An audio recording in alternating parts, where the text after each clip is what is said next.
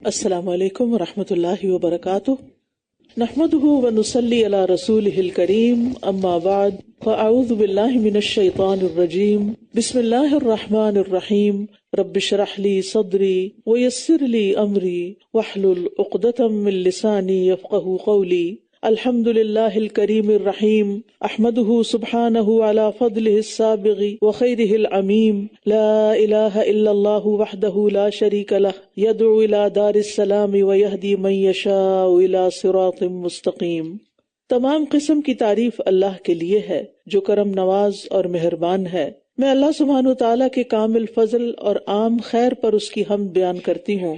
اللہ کے سوا کوئی معبود برحق نہیں، وہ اکیلا ہے اور اس کا کوئی شریک نہیں۔ وہ سلامتی کے گھر کی طرف بلاتا ہے اور جس کو چاہتا ہے سیدھے رستے کی ہدایت دیتا ہے۔ 12واں پارہ۔ وما من دابة في الأرض إلا على الله رزقها ويعلم مستقرها ومستودعها كل في كتاب مبين۔ اور زمین پر چلنے والا کوئی جاندار ایسا نہیں جس کا رزق اللہ کے ذمہ نہ ہو، اور وہ اس کے ٹھکانے اور اس کے سونپے جانے کی جگہ کو جانتا ہے۔ سب کچھ ایک واضح کتاب میں درج ہے۔ یاد رکھیے، رزق تو اللہ کے ذمہ ہے ہی، ہر ایک کا، لیکن اس نے انسان کو محنت کا حکم دیا ہے، اسباب اختیار کرنے کا حکم دیا ہے۔ ہر جاندار کو اللہ تعالیٰ کی طرف سے ہی روزی پہنچتی ہے اور تبھی وہ سروائیو کرتے ہیں، زندہ رہتے ہیں۔ سوچئے، جب میں آیت پڑھ رہی تھی اور غور کر رہی تھی، چیونٹیاں اور مکڑیاں اور وہ مخلوقات جن کو ہم جانتے بھی نہیں، وہ ہر روز کچھ نہ کچھ کھاتے ہیں اور شاید دن میں کئی بار کھاتے ہوں، ان سب کو رزق پہنچانے کی پلاننگ اور اس کو پہنچانا اور اس کو فراہم کرنا، یہ اللہ کی ذمہ داری ہے خالق کی۔ وہ کتنا عظیم رازق اور الرزاق ہے، تو جب وہ سب کو دے سکتا ہے تو وہ ہمیں بھی دے سکتا ہے۔ لہٰذا رزق کے معاملے میں زیادہ پریشان نہیں ہونا چاہیے، لیکن اس کا یہ مطلب نہیں کہ ہم کوشش نہ کریں یا محنت نہ کریں۔ انسان رزق کی تلاش کے لیے محنت کرے اور اسباب اختیار کرے، لیکن اپنے اسباب پر بھروسہ نہیں کرنا چاہیے کہ اگر میں نے یہ ڈگری لے لی تو بس میری جاب پکی، یا میں نے یہ بزنس شروع کر لیا تو میں بہت امیر بن جاؤں گا۔ اللہ چاہے تو بہت کچھ دے اور نہ چاہے تو کچھ بھی نہ دے۔ اور یاد رکھیے کہ اسباب اختیار کرنا توکل کے منافی نہیں، کیونکہ رسول اللہ صلی اللہ علیہ وسلم نے فرمایا، اعقلها وتوکل، اونٹنی کا گھٹنا باندھو اور توکل کرو، اس کو کھلا نہ چھوڑ دو۔ وَهُوَ الَّذِي خَلَقَ السَّمَاوَاتِ وَالْأَرْضَ فِي سِتَّةِ أَيَّامٍ، اور وہی ہے جس نے آسمانوں اور زمین کو 6 دنوں میں پیدا کیا، اور اس کا عرش پانی پر تھا، تاکہ وہ تمہیں آزمائے کہ تم میں سے کون عمل میں زیادہ اچھا ہے۔ اور اگر آپ کہیں کہ تم لوگ موت کے بعد اٹھائے جانے والے ہو، تو وہ لوگ جنہوں نے کفر کیا ضرور کہیں گے یہ تو کھلم کھلا جادو ہے۔ یہاں ہمیں یہ بتایا جا رہا ہے کہ اللہ سبحانہ وتعالیٰ ہمارا اس بات میں امتحان لے رہا ہے کہ ہم میں سے اچھے عمل کون کرتا ہے۔ یعنی زمین و آسمان کو اس نے بنایا، زمین کی تمام چیزیں ہمارے لیے پیدا کی، ہمارے اکرام اور خدمت میں اتنا کچھ لگا ہوا ہے، تو ہماری زندگی کا پھر کیا مقصد ہے؟ وہ بتایا جا رہا ہے کہ ایکم احسن عملا، اور یہاں یہ نہیں کہا گیا کہ اکثر عملا، کس کے عمل زیادہ ہیں، بلکہ یہ فرمایا جا رہا ہے کہ کس کے عمل اچھے ہیں، خوبصورت ہیں۔ اور اچھا عمل وہی ہوتا ہے جس کے پیچھے نیت بھی اچھی ہو اور اس کا طریقہ بھی سنت کے مطابق ہو۔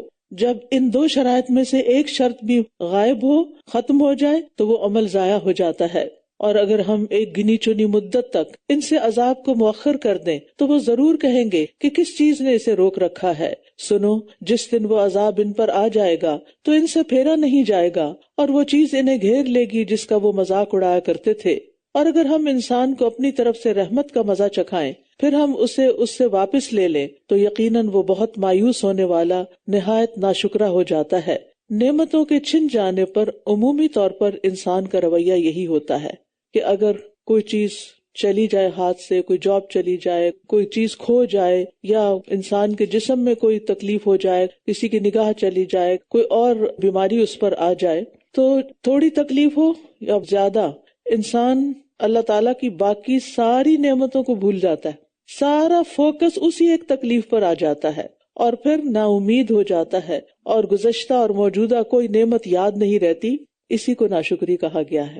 یعنی ناشکری صرف یہ نہیں کہ میں شکر ادا نہیں کرتی، ایسا تو زبان سے کوئی نہیں کہتا کہ میں شکر نہیں کرتی، سبھی کہتے ہیں ہم شکر ادا کرتے ہیں، لیکن شکر کیسے پتا چلے گا کہ تکلیف کے وقت ہمارا رویہ کیا ہوتا ہے، اس وقت ہماری زبان سے کیا نکلتا ہے، ہمارے دل میں کیا خیالات آتے ہیں. تو ہم سب نے اس پہ ورک کرنا ہے، کیونکہ یہ کمزوری کسی نہ کسی درجے میں ہم سب میں پائی جاتی ہے کہ تکلیف آنے پر ساری نعمتوں کو بھول جانا اور اللہ کو پھر کم یاد کرنا.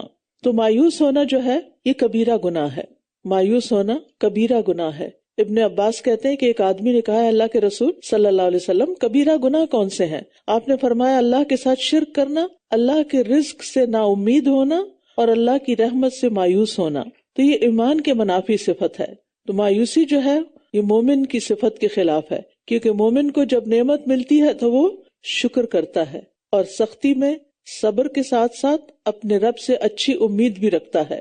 اور اگر ہم اس تکلیف کے بعد جو اسے پہنچی تھی آسائش کا مزہ چکھائیں تو یقیناً وہ ضرور کہے گا کہ سب تکلیفیں مجھ سے دور ہو گئیں. بے شک وہ بہت اترانے والا، بہت فخر کرنے والا بن جاتا ہے.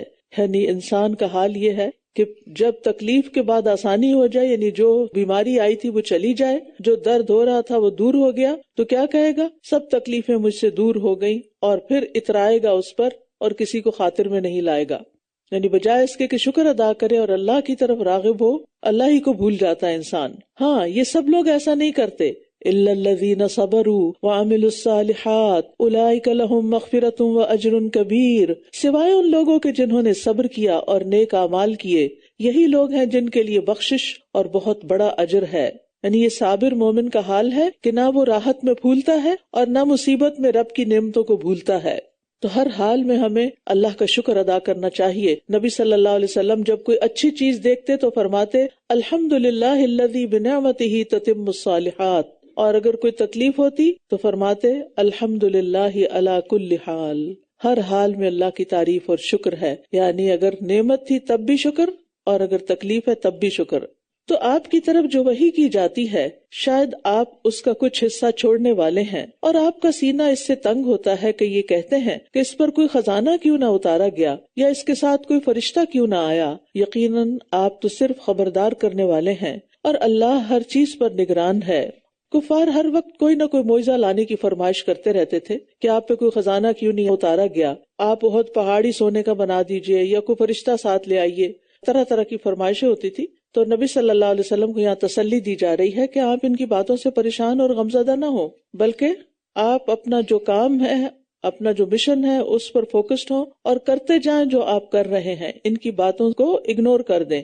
اور یہی سبق ہم سب کے لیے ہے کہ جب ہم نیکی کو پا لیں اور نیکی کو سمجھ جائیں اور نیکی پر ہمارا ایمان پکا ہو جائے تو بس پھر اس کو کر جائیں، پھر لوگوں کی پرواہ نہ کریں، کیونکہ نیکی تو ہوتی وہ ہے جو اللہ کے لیے کی جائے اور اللہ کے حکم کے مطابق کی جائے. یا یہ کہتے ہیں کہ اس قرآن کو اس نے خود گھڑ لیا ہے، کہہ دیجئے پھر تم بھی اس جیسی گھڑی ہوئی 10 صورتیں لے آؤ، اور اگر تم سچے ہو تو اللہ کے سوا جنہیں تم بلا سکتے ہو بلا لو، یعنی دنیا بھر سے مدد لے لو اور یہ کر کے دکھاؤ. لیکن اگر تم ایسا نہیں کر سکتے تو پھر مان جاؤ کہ یہ اللہ کی کتاب ہے اور اپنی زندگیوں کو اس کے مطابق بدل لو. پھر اگر یہ تمہاری بات کا جواب نہ دیں تو جان لو کہ بے شک یہ قرآن اللہ کے علم سے نازل کیا گیا ہے، اور یہ کہ اس کے سوا کوئی معبود نہیں. تو کیا تم اسلام لانے والے ہو؟ کیا تم فرما بردار بنتے ہو؟ من کان یرید الحیات الدنیا وزینتها نوفی الیہم اعمالہم فیہا وہم فیہا لا یبخسون. جو کوئی دنیا کی زندگی اور اس کی زینت چاہتا ہو، دنیا کی رونقیں، دنیا کے عیش و عشرت، ہم انہیں اس دنیا میں ان کے اعمال کا پورا پورا بدلہ دے دیں گے. یعنی دنیا میں ان کی مرضی پوری کر دیں گے اور اس دنیا میں ان سے کمی نہ کی جائے گی. بات یہ ہے کہ کفار اور مشرکین جو تھے وہ بھی نیکی کے کئی کام کیا کرتے تھے. ان میں سے کئی بڑے سخی تھے، حاجیوں کو گرم کھانا کھلاتے، پانی پلاتے، ان کی خدمت کرتے اور چیریٹی کے بہت سے کام کرتے تھے. لیکن ان کا مقصد کیا ہوتا تھا کہ اس کے عوض ہمیں دنیا میں ہی بدلہ ملے اور ہماری شہرت ہو اور ہمارا نام بلند ہو. تو اس پر اللہ تعالیٰ نے بتا دیا کہ جو ایسا چاہے گا پھر دنیا میں اس کو اس کے کیے کا بدلہ مل جائے گا، آخرت میں اس کے لیے کچھ نہیں. ہاں یہ ہے کہ آخرت میں ان نیکیوں کے سبب ان کے عذاب میں شاید کچھ تخفیف ہو جائے، یعنی جو زیادہ بڑے مجرم زیادہ بڑے عذاب میں ہوں گے اور جو ان میں سے کم درجے کے ہیں ان کا عذاب کم ہوگا. لیکن یہ بات پکی ہے کہ ایمان کے بغیر آخرت میں کوئی نیکی کام نہ آئے گی، کوئی فائدہ نہ دے گی۔ کوئی شخص اخلاق کا کتنا بھی اچھا ہو، کتنے بھی بڑے بڑے نیکی کے کام کرے، کتنا بھی مال و دولت خرچ کر ڈالے، لیکن اگر اس کا ایمان درست نہیں تو اس کے لیے اس کے بدلے میں آخرت میں کچھ نہیں۔ ہاں، دنیا میں اس کو کچھ نہ کچھ فائدہ ہو جائے گا، لیکن دنیا کا بڑے سے بڑا فائدہ بھی چھوٹا ہے، قلیل ہے۔ اور ہم سب مسلمانوں کو بھی یاد رکھنا چاہیے کہ دنیا کی شہرت کے لیے کی جانے والی نیکی آخرت میں کوئی حصہ نہ پائے گی، اور اخلاص نیت نہ ہو تو عبادت کا کوئی اجر ہی نہیں۔ اولئک الذین لیس لہم فی الآخرۃ الا النار، یہی وہ لوگ ہیں جن کے لیے آخرت میں آگ کے سوا کچھ نہیں، اور جو کچھ انہوں نے اس دنیا میں بنایا تھا وہ سب ضائع ہو گیا، بڑی سے بڑی ترقی، بڑے سے بڑی ایجادات سب ختم، اور جو کچھ یہ کر رہے ہیں برباد ہونے والا ہے۔ تو بات یہ ہے کہ ریاکاری سے کیا ہوا کوئی بھی عمل، چاہے روزے رکھے جائیں یا نمازیں پڑھی جائیں یا صدقات کیے جائیں یا جہاد کیا جائے، اس کا آخرت میں کچھ بھی فائدہ نہ ہوگا، بلکہ آپ صلی اللہ علیہ وسلم نے فرمایا یہ سب سے پہلے لوگ ہوں گے جن کو جہنم میں سب سے پہلے ڈال کر ان سے جہنم کی آگ کو بھڑکایا جائے گا، کہ جو بہت بڑے عالم تھے لیکن دکھاوے کے بنے ہوئے تھے، بہت بڑے سخی تھے لیکن شہرت کے لیے، اور بہت بڑے بڑے کارنامے کرتے تھے لیکن بہادر کہلانے کے لیے، یعنی میدان جنگ میں بڑے بڑے کارنامے دکھاتے لیکن بہادر کہلانے کے لیے۔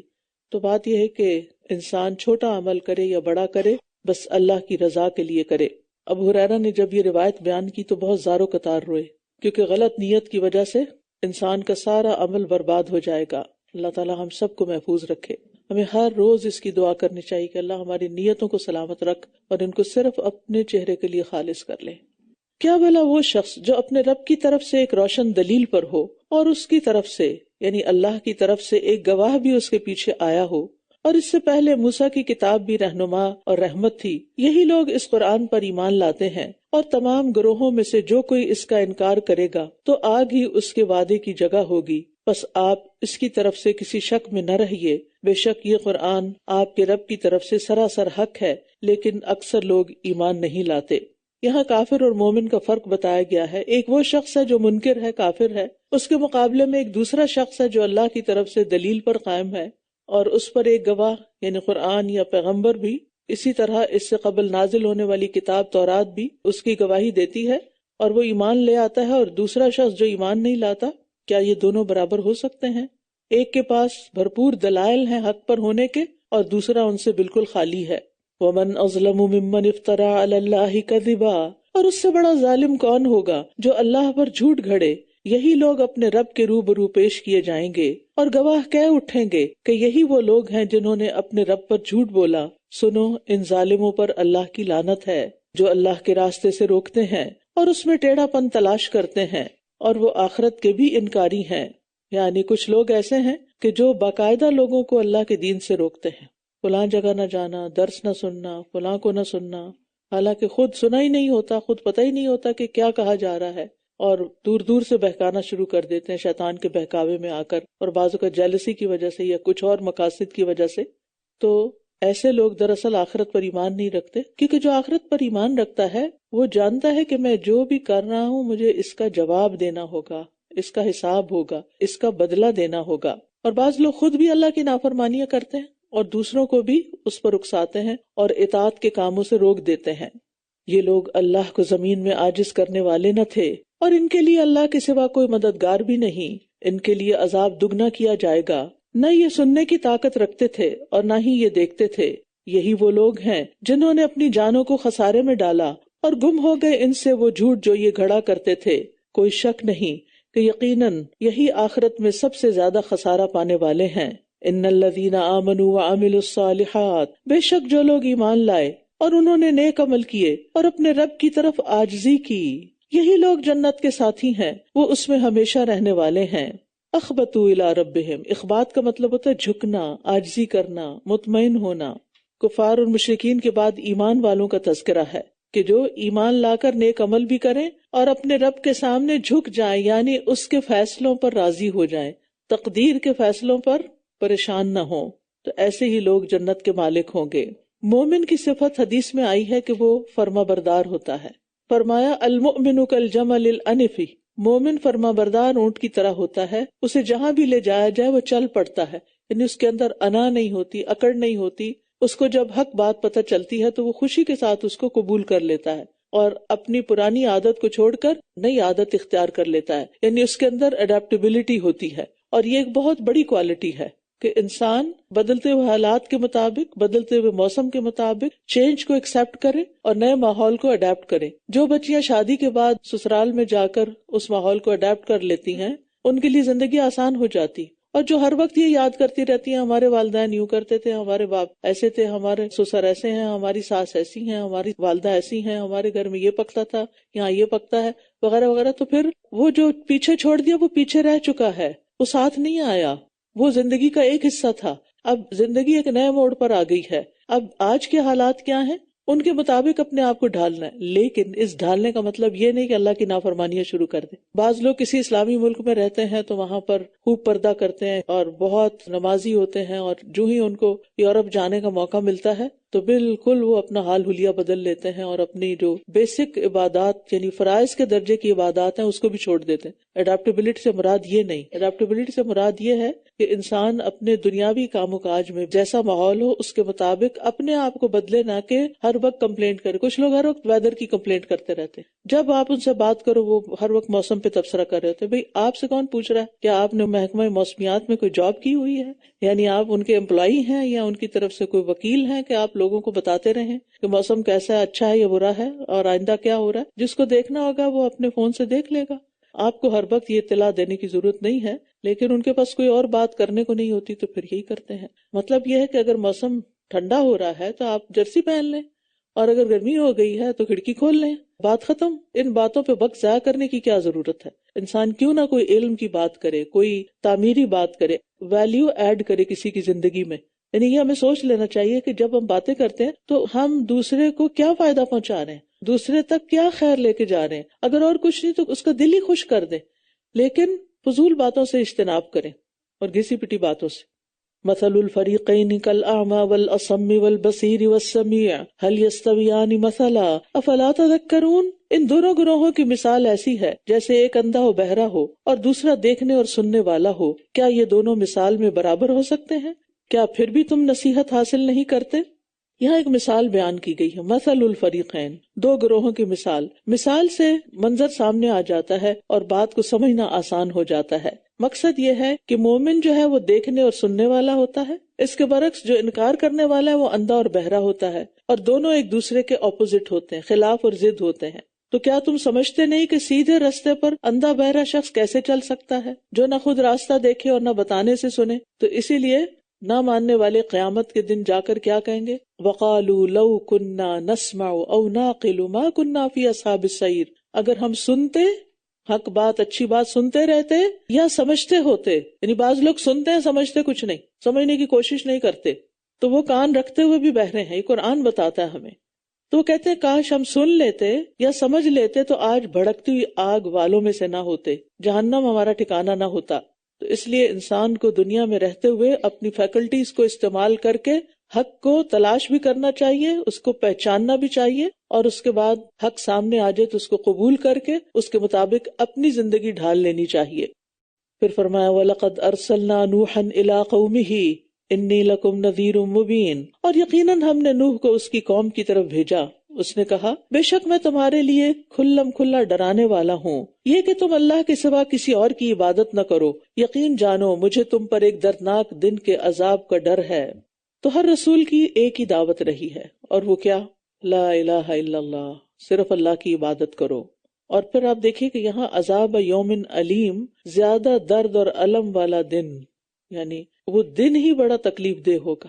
عذاب تو تکلیف دہ ہوگا ہی، اور یہ زیادہ ڈرانے کے لیے بات کی گئی ہے. یعنی جس دن وہ آئے گا وہ دن ہی سراسر المناک ہوگا، نہایت دردناک ہوگا. تو اس کی قوم میں سے جن سرداروں نے کفر کیا تھا کہنے لگے کہ ہم تو تمہیں اپنے ہی جیسا ایک انسان دیکھتے ہیں، اور ہم تمہیں دیکھتے ہیں کہ تمہاری پیروی صرف وہ لوگ کر رہے ہیں جو بظاہر دیکھنے میں ہم سے کمتر ہیں. یہ بھی جائزہ لے رہے تھے کہ ماننے والے کون ہیں، کس کلاس سے تعلق رکھتے ہیں. اور ہم تمہارے لیے اپنے اوپر کوئی فضیلت نہیں دیکھتے، بلکہ ہم تو در حقیقت تمہیں جھوٹا سمجھتے ہیں.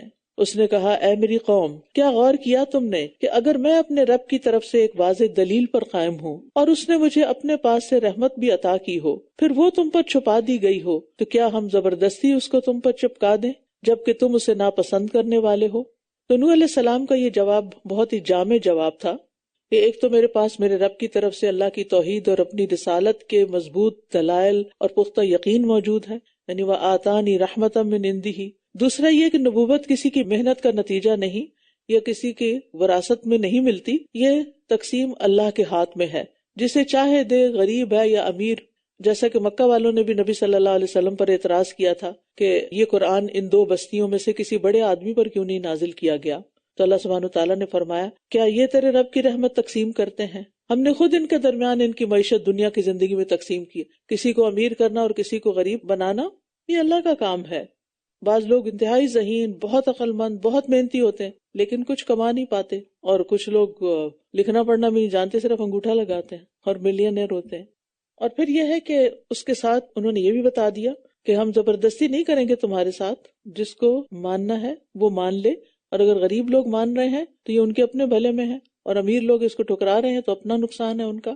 وَيَا قَوْمِ لَا أَسْأَلُكُمْ عَلَيْهِ مَالًا، اور اے میری قوم، میں اس کام پر تم سے کسی مال کا سوال نہیں کرتا، یعنی تمہیں جو ہدایت دینے کا کام کر رہا ہوں، اللہ کا پیغام پہنچا رہا ہوں تم تک، تو میں تم سے کسی مال کا سوال نہیں کرتا، میرا اجر تو اللہ کے ذمہ ہے، اور میں ان لوگوں کو جو ایمان لائے ہیں دور کرنے والا نہیں ہوں۔ یعنی آپ اگر شرط لگائیں کہ آپ تب مسلمان ہوں گے جب یہ غریب لوگ آپ کی مجلس سے اٹھ جائیں، تو میں ایسا کرنے والا نہیں ہوں، بے شک وہ اپنے رب سے ملاقات کرنے والے ہیں، جبکہ میں دیکھتا ہوں کہ تم ایسے لوگ ہو جو جہالت برت رہے، تمہارا مطالبہ غلط ہے۔ ان لوگوں کو آخر کس بنا پر یہاں سے اٹھا دیا جائے جو حق کی تلاش میں آئے ہیں، حق طلب کرنے کے لیے آئے ہیں؟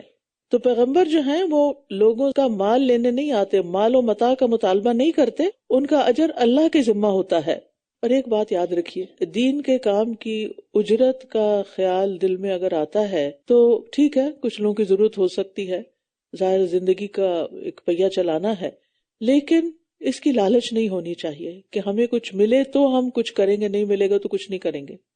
ایک وہ شخص ہے جو کسی سیلری کے لیے کام کرتا ہے، یہ کام کر لیتا ہوں تاکہ مجھے کچھ سیلری مل جائے، اور ایک وہ شخص ہے جو کہتا ہے کہ اس کی سیلری اللہ کے ذمہ ہے، اللہ سے لینا ہے۔ کیوں اللہ سے لینا ہے؟ کیونکہ اللہ جو دیتا ہے وہ کوئی اور دے ہی نہیں سکتا، لیکن پھر وہ اپنی نیت پر قابو رکھے، یہ نہیں کچھ دن تو یہ جذباتی بات کر لے اور پھر اس کے بعد رونا دھونا شروع کر دے کہ میرے ساتھ بڑا ظلم ہو رہا ہے، مجھے کچھ نہیں دیا جا رہا اور میرے حالات مشکل میں ہیں۔ نہیں، پھر اگر کمٹمنٹ کی ہے تو کمٹمنٹ کرے۔ اچھا، بعض لوگ کہتے ہیں ہم بس اللہ کے لیے کام کریں گے، لیکن ان کے کام کی کوالٹی کچھ بھی نہیں ہوتی، کیونکہ وہ اس طرح محنت نہیں کرتے، کیونکہ انہیں یہ ڈر نہیں ہوتا کہ ہمیں کوئی نکال دے گا۔ وہ سمجھتے ہیں یہ فری کے ورکرز ہیں، لہٰذا جیسا بھی کرتے ہیں آتے رہیں۔ لیکن کرنے والوں کو یہ سوچنا چاہیے کہ اگر ہم اللہ کی خاطر آ رہے ہیں اور اللہ کی خاطر کوئی نیکی کا کام کر رہے ہیں تو اس کی کوالٹی تو سیلری والوں سے بھی کہیں زیادہ بہتر ہونی چاہیے۔ اور ہاں، اگر کچھ لوگ سیلری بھی لے رہے ہیں تو ان کو بھی یہ سوچنا چاہیے کہ ہم اس کے لیے نہیں کر رہے، اور یہ تو اس کی قیمت ہو بھی نہیں سکتی، اس کا اصل اجر تو اللہ کے پاس ہے، لہٰذا مجھے صرف اتنے گھنٹے کام نہیں کرنا چاہیے جتنی کہ مجھے سیلری دی جا رہی ہے، مجھے اس سے ایکسٹرا بھی کرنا چاہیے جو صرف اور صرف اللہ کے لیے ہو، اور وہ اس سارے کام پر کسی قسم کا کسی پر بھی کوئی احسان نہ جتائے، اور کسی کے آگے بھی روئے نہ کہ میں بہت تھک گیا ہوں، مجھ سے بہت کام لیا جاتا ہے۔ وَيَا قَوْمِ مَن يَنصُرُنِي مِنَ اللَّهِ إِن تَرَدتُّهُمْ أَفَلَا تَذَكَّرُونَ، اور اے میری قوم، اگر میں نے انہیں دور کر دیا تو اللہ کے مقابلے میں کون میری مدد کرے گا؟ کیا پھر تم نصیحت نہیں پکڑتے؟ اور نہ میں تم سے یہ کہتا ہوں کہ میرے پاس اللہ کے خزانے ہیں، اور نہ میں غیب جانتا ہوں، اور نہ میں کہتا ہوں کہ میں کوئی فرشتہ ہوں، اور نہ میں ان لوگوں کے بارے میں جنہیں تمہاری نگاہیں حقیر سمجھتی ہیں یہ کہتا ہوں کہ اللہ انہیں ہرگز کوئی بھلائی عطا نہ کرے گا، اللہ اسے خوب جانتا ہے جو ان کے دلوں میں ہے۔ اگر میں ایسا کہوں بے شک میں تب ضرور ظالموں میں سے ہو جاؤں گا۔ انہوں نے کہا، اے نوح، بے شک تم نے ہم سے جھگڑا کیا، پھر ہم سے بہت زیادہ جھگڑا کیا۔ آپ دیکھیے، خود الزام لگاتے، خود غلط بات کرتے، اور اگر نوح علیہ السلام کلیریفیکیشن دیتے تو اس کو یہ جھگڑا سمجھ لیتے۔ یعنی بعض لوگوں کی عادت یہ ہوتی ہے نا کہ وہ خود خوب جھگڑتے ہیں، اور اگر آپ تھوڑی سی بھی اپنی صفائی پیش کریں تو اس کو وہ لے نہیں پاتے۔ بس لے آؤ ہمارے پاس وہ عذاب جس کا تم ہم سے وعدہ کرتے ہو، اگر تم سچوں میں سے ہو۔ اس نے کہا، بے شک اللہ ہی اسے تم پر لائے گا اگر وہ چاہے گا، اور تم ہرگز اللہ کو عاجز کرنے والے نہیں ہو۔ یعنی یہ میرا کام تو ہے نہیں، یہ تو اللہ کا کام ہے۔ اللہ جب تک چاہے تمہیں مہلت دے، جب چاہے تمہیں پکڑ لے۔ یہ میرا ذاتی کام نہیں کہ تم مجھے کوئی نقصان دے رہے تو میں فوراً ہی تمہیں پکڑ لوں۔ اصل میں انہیں یہی بات تو سمجھ نہیں آ رہی تھی نا آپ کے مخالفین کو، کہ نوح علیہ السلام یہ سب کچھ اپنی طرف سے نہیں کر رہے، یہ اللہ کے پیغمبر ہیں، اللہ کی طرف سے پیغام لے کر آئے ہیں۔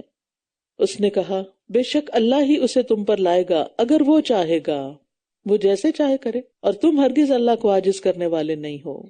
اور اگر میں تمہاری خیر خواہی کرنا بھی چاہوں تو میری خیر خواہی تمہیں کچھ فائدہ نہ دے گی اگر اللہ تمہیں بھٹکانے کا ارادہ رکھتا ہو۔ وہی تمہارا رب ہے اور اسی کی طرف تم لوٹائے جاؤ گے۔ یا یہ کہتے ہیں کہ اس نے اسے خود گھڑ لیا ہے، کہہ دیجیے اگر میں نے اسے خود گھڑ لیا ہے تو میرے جرم کا ذمہ مجھ ہی پر ہے، اور میں اس جرم سے بری ہوں جو تم کر رہے ہو۔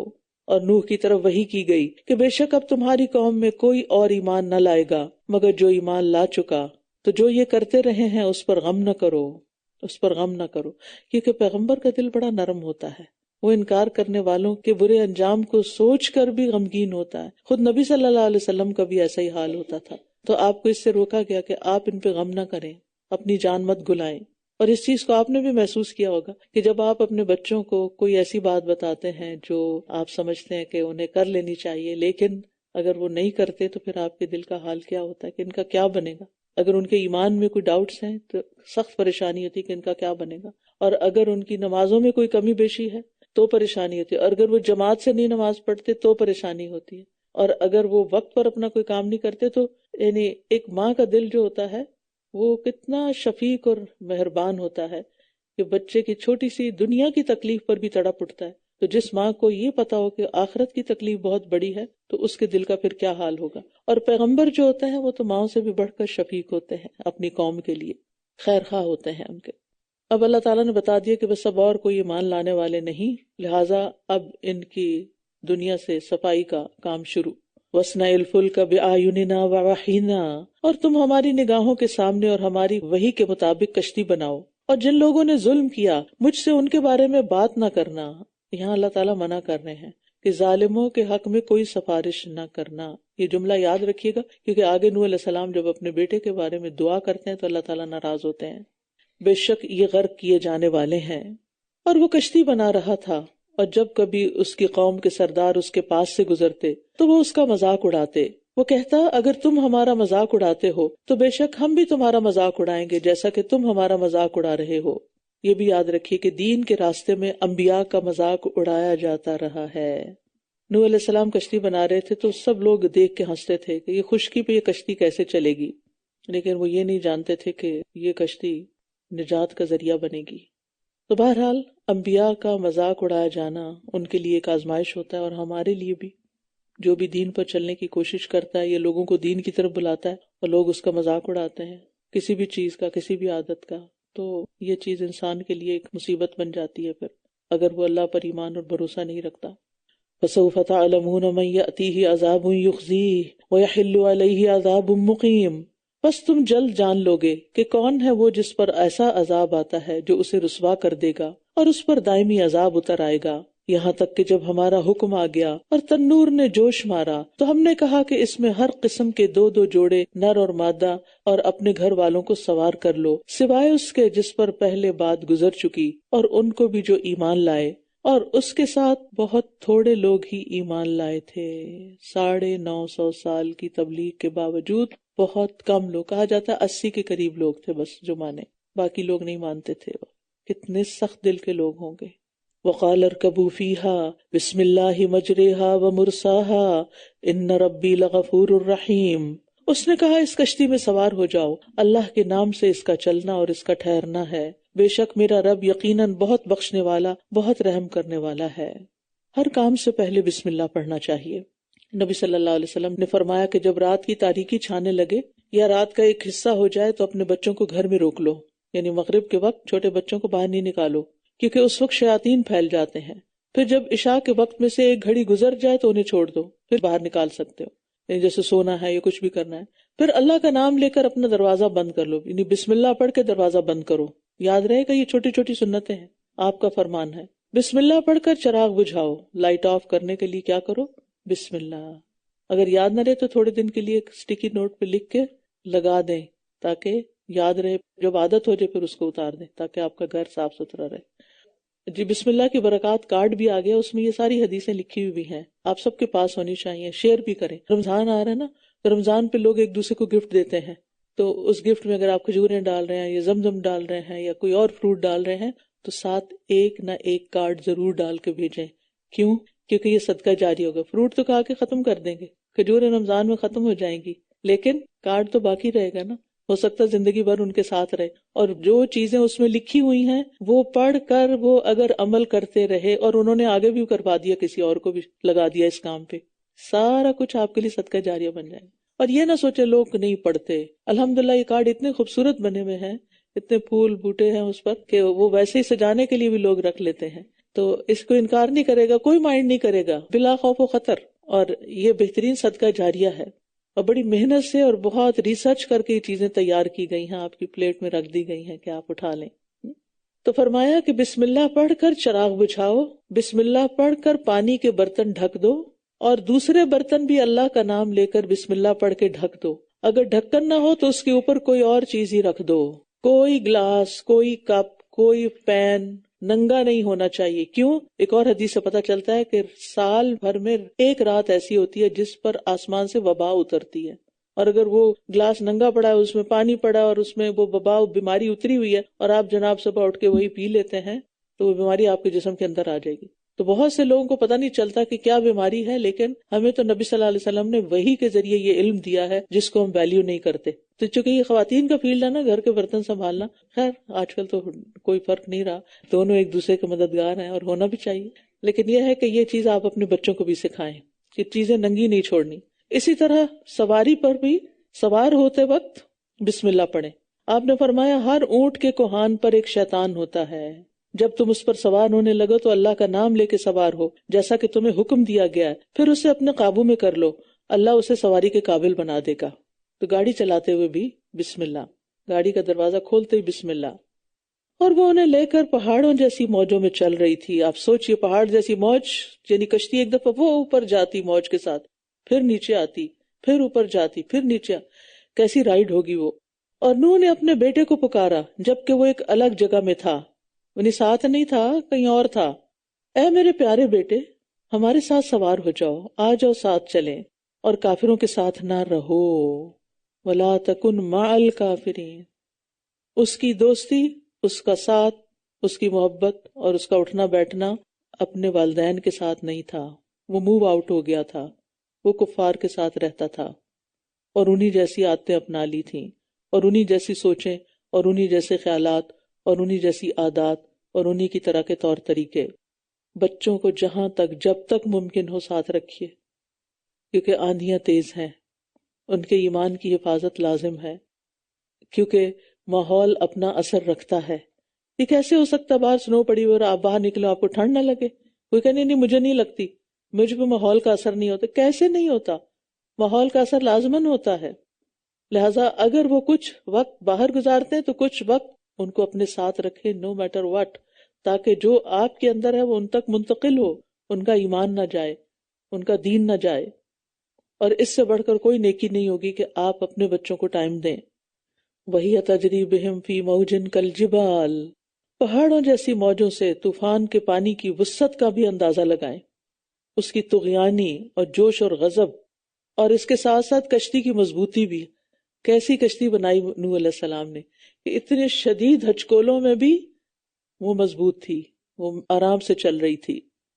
وہ بولا ان قریب میں کسی پہاڑ کی طرف پناہ لے لوں گا جو مجھے پانی سے بچا لے گا. کہا آج کے دن اللہ کے حکم سے بچانے والا کوئی نہیں مگر جس پر وہ رحم فرمائے. اس دوران ان دونوں کے درمیان ایک موج حائل ہو گئی. اللہ اکبر. تو وہ غرق ہونے والوں میں سے ہو گیا. یاد رکھیے دنیاوی اسباب خواہ کتنے ہی بڑے کیوں نہ ہوں، جب اللہ کسی کو سزا دینے کا ارادہ کر لیتا ہے تو کوئی سبب کام نہیں آتا، کوئی پہاڑ کام نہیں آتا. اور فرما دیا گیا اے زمین تو اپنا پانی نگل جا. نگلتے کیسے؟ ایک دم. کھانا جب آپ چبا لیتے ہیں تو کیا ہوتا ہے؟ پھر ایک دم نگل جاتے. تو ایسا لگتا ہے کہ جیسے زمین یکا یک پانی نگل گئی، ڈرائی ہو گئی. اور اے آسمان تو تھم جا، بارش بند، کیونکہ کام ہو گیا. اور پانی خشک کر دیا گیا، یعنی زمین پہ جو پانی تھا وہ سب ڈرائی ہو گیا، ورنہ وہ کیسے رہتے. اور معاملے کا فیصلہ کر دیا گیا، اس قوم کو ختم کر دیا گیا، وائپ آؤٹ کر دیا گیا. اور کشتی جودی، یعنی ایک پہاڑ کا نام جودی پہاڑ پر جا ٹھہری. یعنی اتنی اونچی اونچی موجیں تھی کہ وہ پہاڑ تک گئی اور وہیں پر رک گئی جس وقت حکم ہوا کہ پانی اتر جائے. تو وہ واپس نہیں نیچے اتری، وہیں رک گئی، کیونکہ اللہ نے اس کو نشانی بنانا تھا۔ اور فرما دیا گیا رحمت سے دوری ہو ظلم کرنے والوں کے لیے، ظالموں پر لعنت ہو۔ یہ جودی پہاڑ جو ہے نا عراق اور ترکی کے درمیانی علاقے میں، جسے کردستان کہتے ہیں، موصل کی طرف، تورات میں نوح علیہ السلام کی کشتی کے ٹھہرنے کی جگہ کو ارارات بتایا گیا، جو ارمینیا کے پہاڑی سلسلے کا نام ہے اور آج بھی اسی سے مشہور ہے۔ اور چند سال پہلے کچھ سیاحوں نے اس پہاڑ پر ایک بڑی کشتی کے ٹوٹے ہوئے تختے بھی دریافت کیے، اس کی تصویریں بھی آپ نے دیکھی ہوں گی، لیکن یقین سے کیسے کہیں کہ یہ واقعی وہی کشتی ہے؟ بہرحال اللہ بہتر جانتا ہے، اگر وہی ہے تو اللہ نے اس کو نشانی بنا دیا۔ نوح علیہ السلام کی قوم جو تھی یہ دجلہ اور فرات کی وادی میں آباد تھی، جو بعد میں عراق کے نام سے مشہور ہوئی ہے۔ وَنَادَى نُوحٌ رَبَّهُ، اور نوح علیہ السلام نے اپنے رب کو پکار کر کہا، اے میرے رب، بے شک میرا بیٹا میرے گھر والوں میں سے ہے، اور یقیناً تیرا وعدہ سچا ہے، اور تو سب حاکموں سے بہتر حاکم ہے۔ فرمایا، اے نوح، بے شک وہ تمہارے گھر والوں میں سے نہیں ہے۔ اللہ اکبر۔ بے شک وہ ایسا عمل ہے جو غیر صالح ہے، پس تم مجھ سے وہ سوال نہ کرو جس کا تمہیں کچھ علم نہیں، میں تمہیں نصیحت کرتا ہوں کہ تم جاہلوں میں شامل نہ ہو۔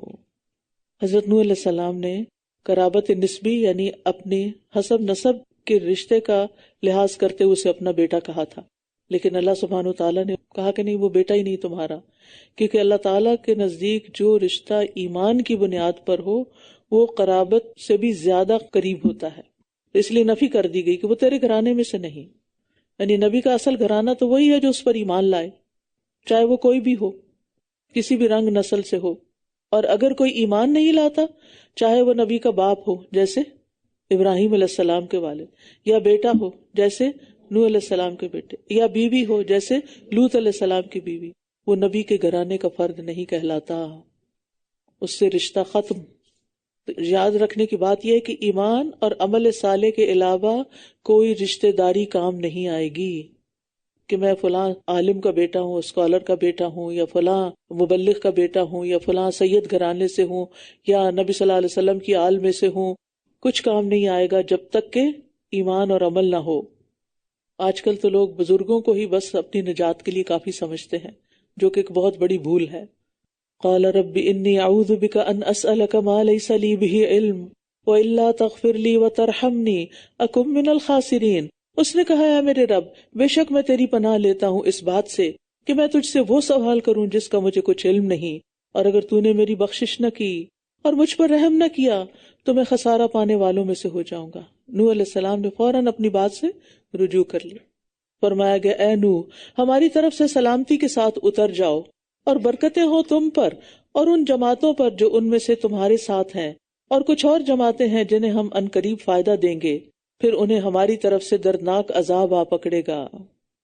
تو ایمان والوں پر اللہ کی سلامتی اور برکتیں ہیں، اور ان لوگوں پر بھی جو نوح علیہ السلام کے ساتھ تھے، یعنی وہ سارے مومن جو قیامت تک تمہاری اور تمہارے ساتھ والوں کی نسل سے پیدا ہوں گے۔ لیکن ہوا کیا کہ ان میں سے پھر جو اگلی قوم آئی اس کا بھی یہی حال ہوا، کچھ تو ایمان والے تھے اور کچھ ان کی نیک لوگوں کی اولاد میں سے بھٹک گئے۔